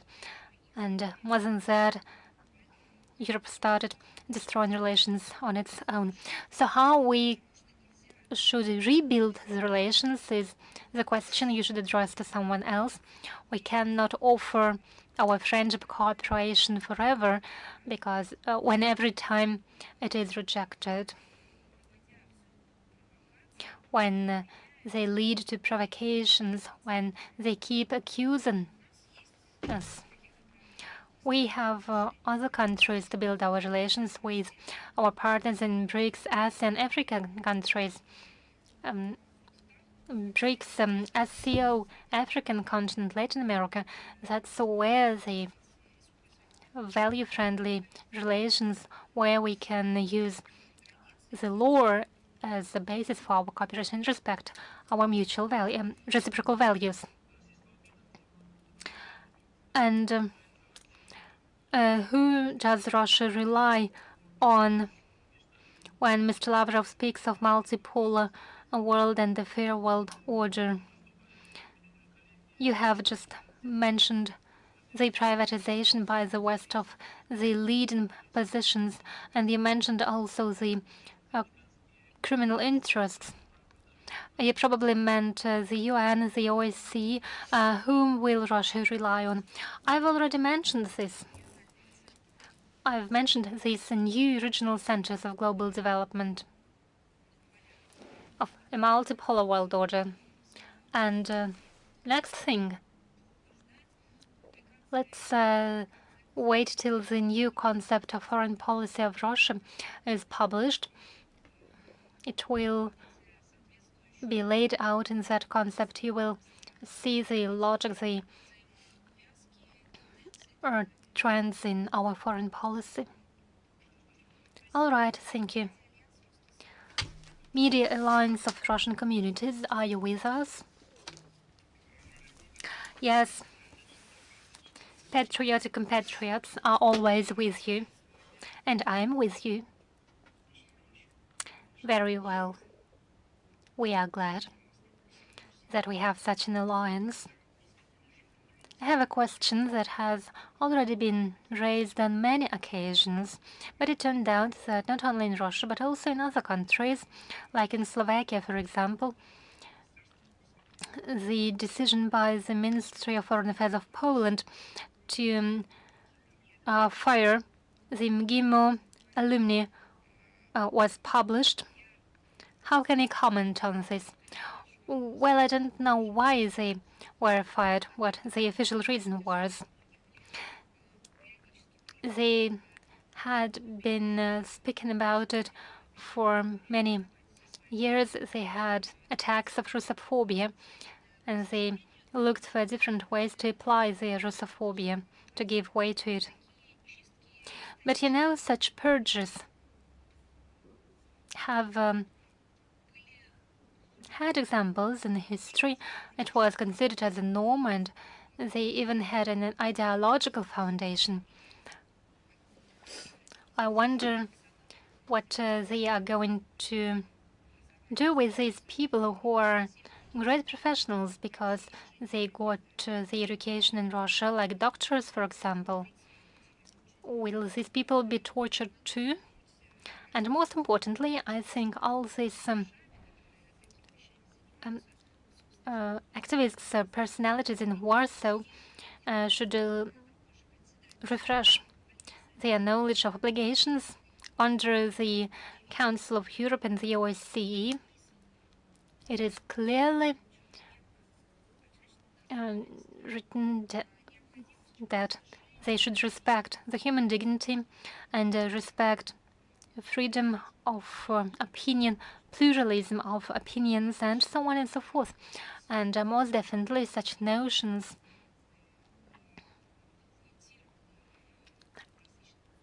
that like bullying or trolling don't fit into the norms of civilized countries that have subscribed to the respect of human dignity and so on and so forth. And in truly civilized countries, people are normally accused after they have committed offenses or there are grounds to suspect them of having committed some offenses, and it is done through the law enforcement agencies. But any sort of persecution in a situation when the person has not made any offense, there is, it means that what they define as bullying. And then this bullying takes the form of purges. When, since you are MGIMO alumni too, tell us, are there any secrets of which the West fears, or what are your advantages in the field of arts, culture? Well, that's a good question. Yes, indeed.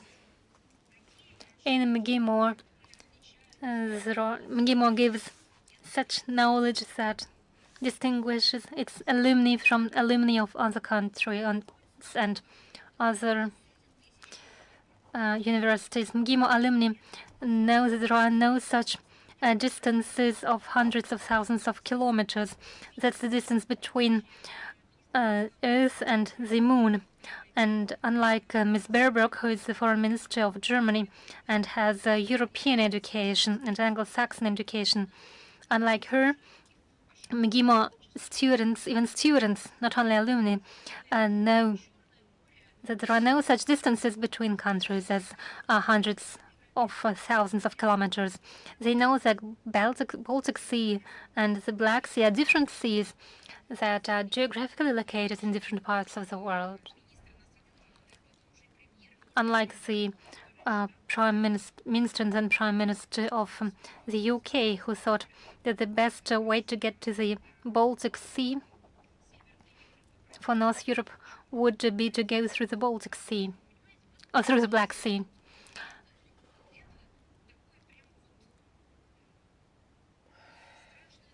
Indeed, that's that very secret that MGIMO as university gives to its students. It instills respect for international law, and most importantly, people are not being segregated. There is no distinction between worthy or unworthy, good or bad people, only due to their race and ethnicity.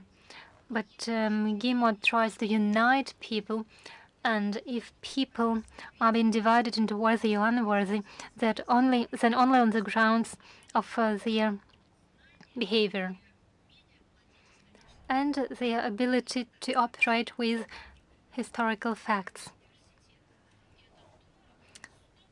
And that's something that drives the Western partners crazy, because they are not used to hear historical facts. And it is a visiting card of MGIMO alumni. The rector of the MGIMO University is an outstanding researcher, and his contribution to the history science can not be overestimated.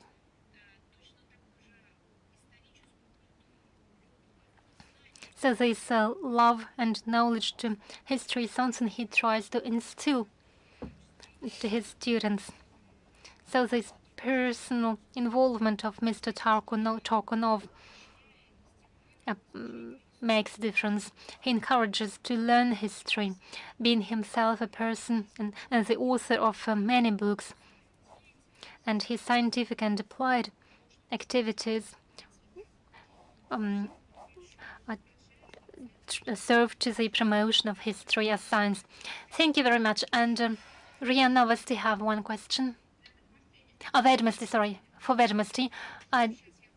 Do you have any information for us? We will get back to you later. We'll call you back. Thank you.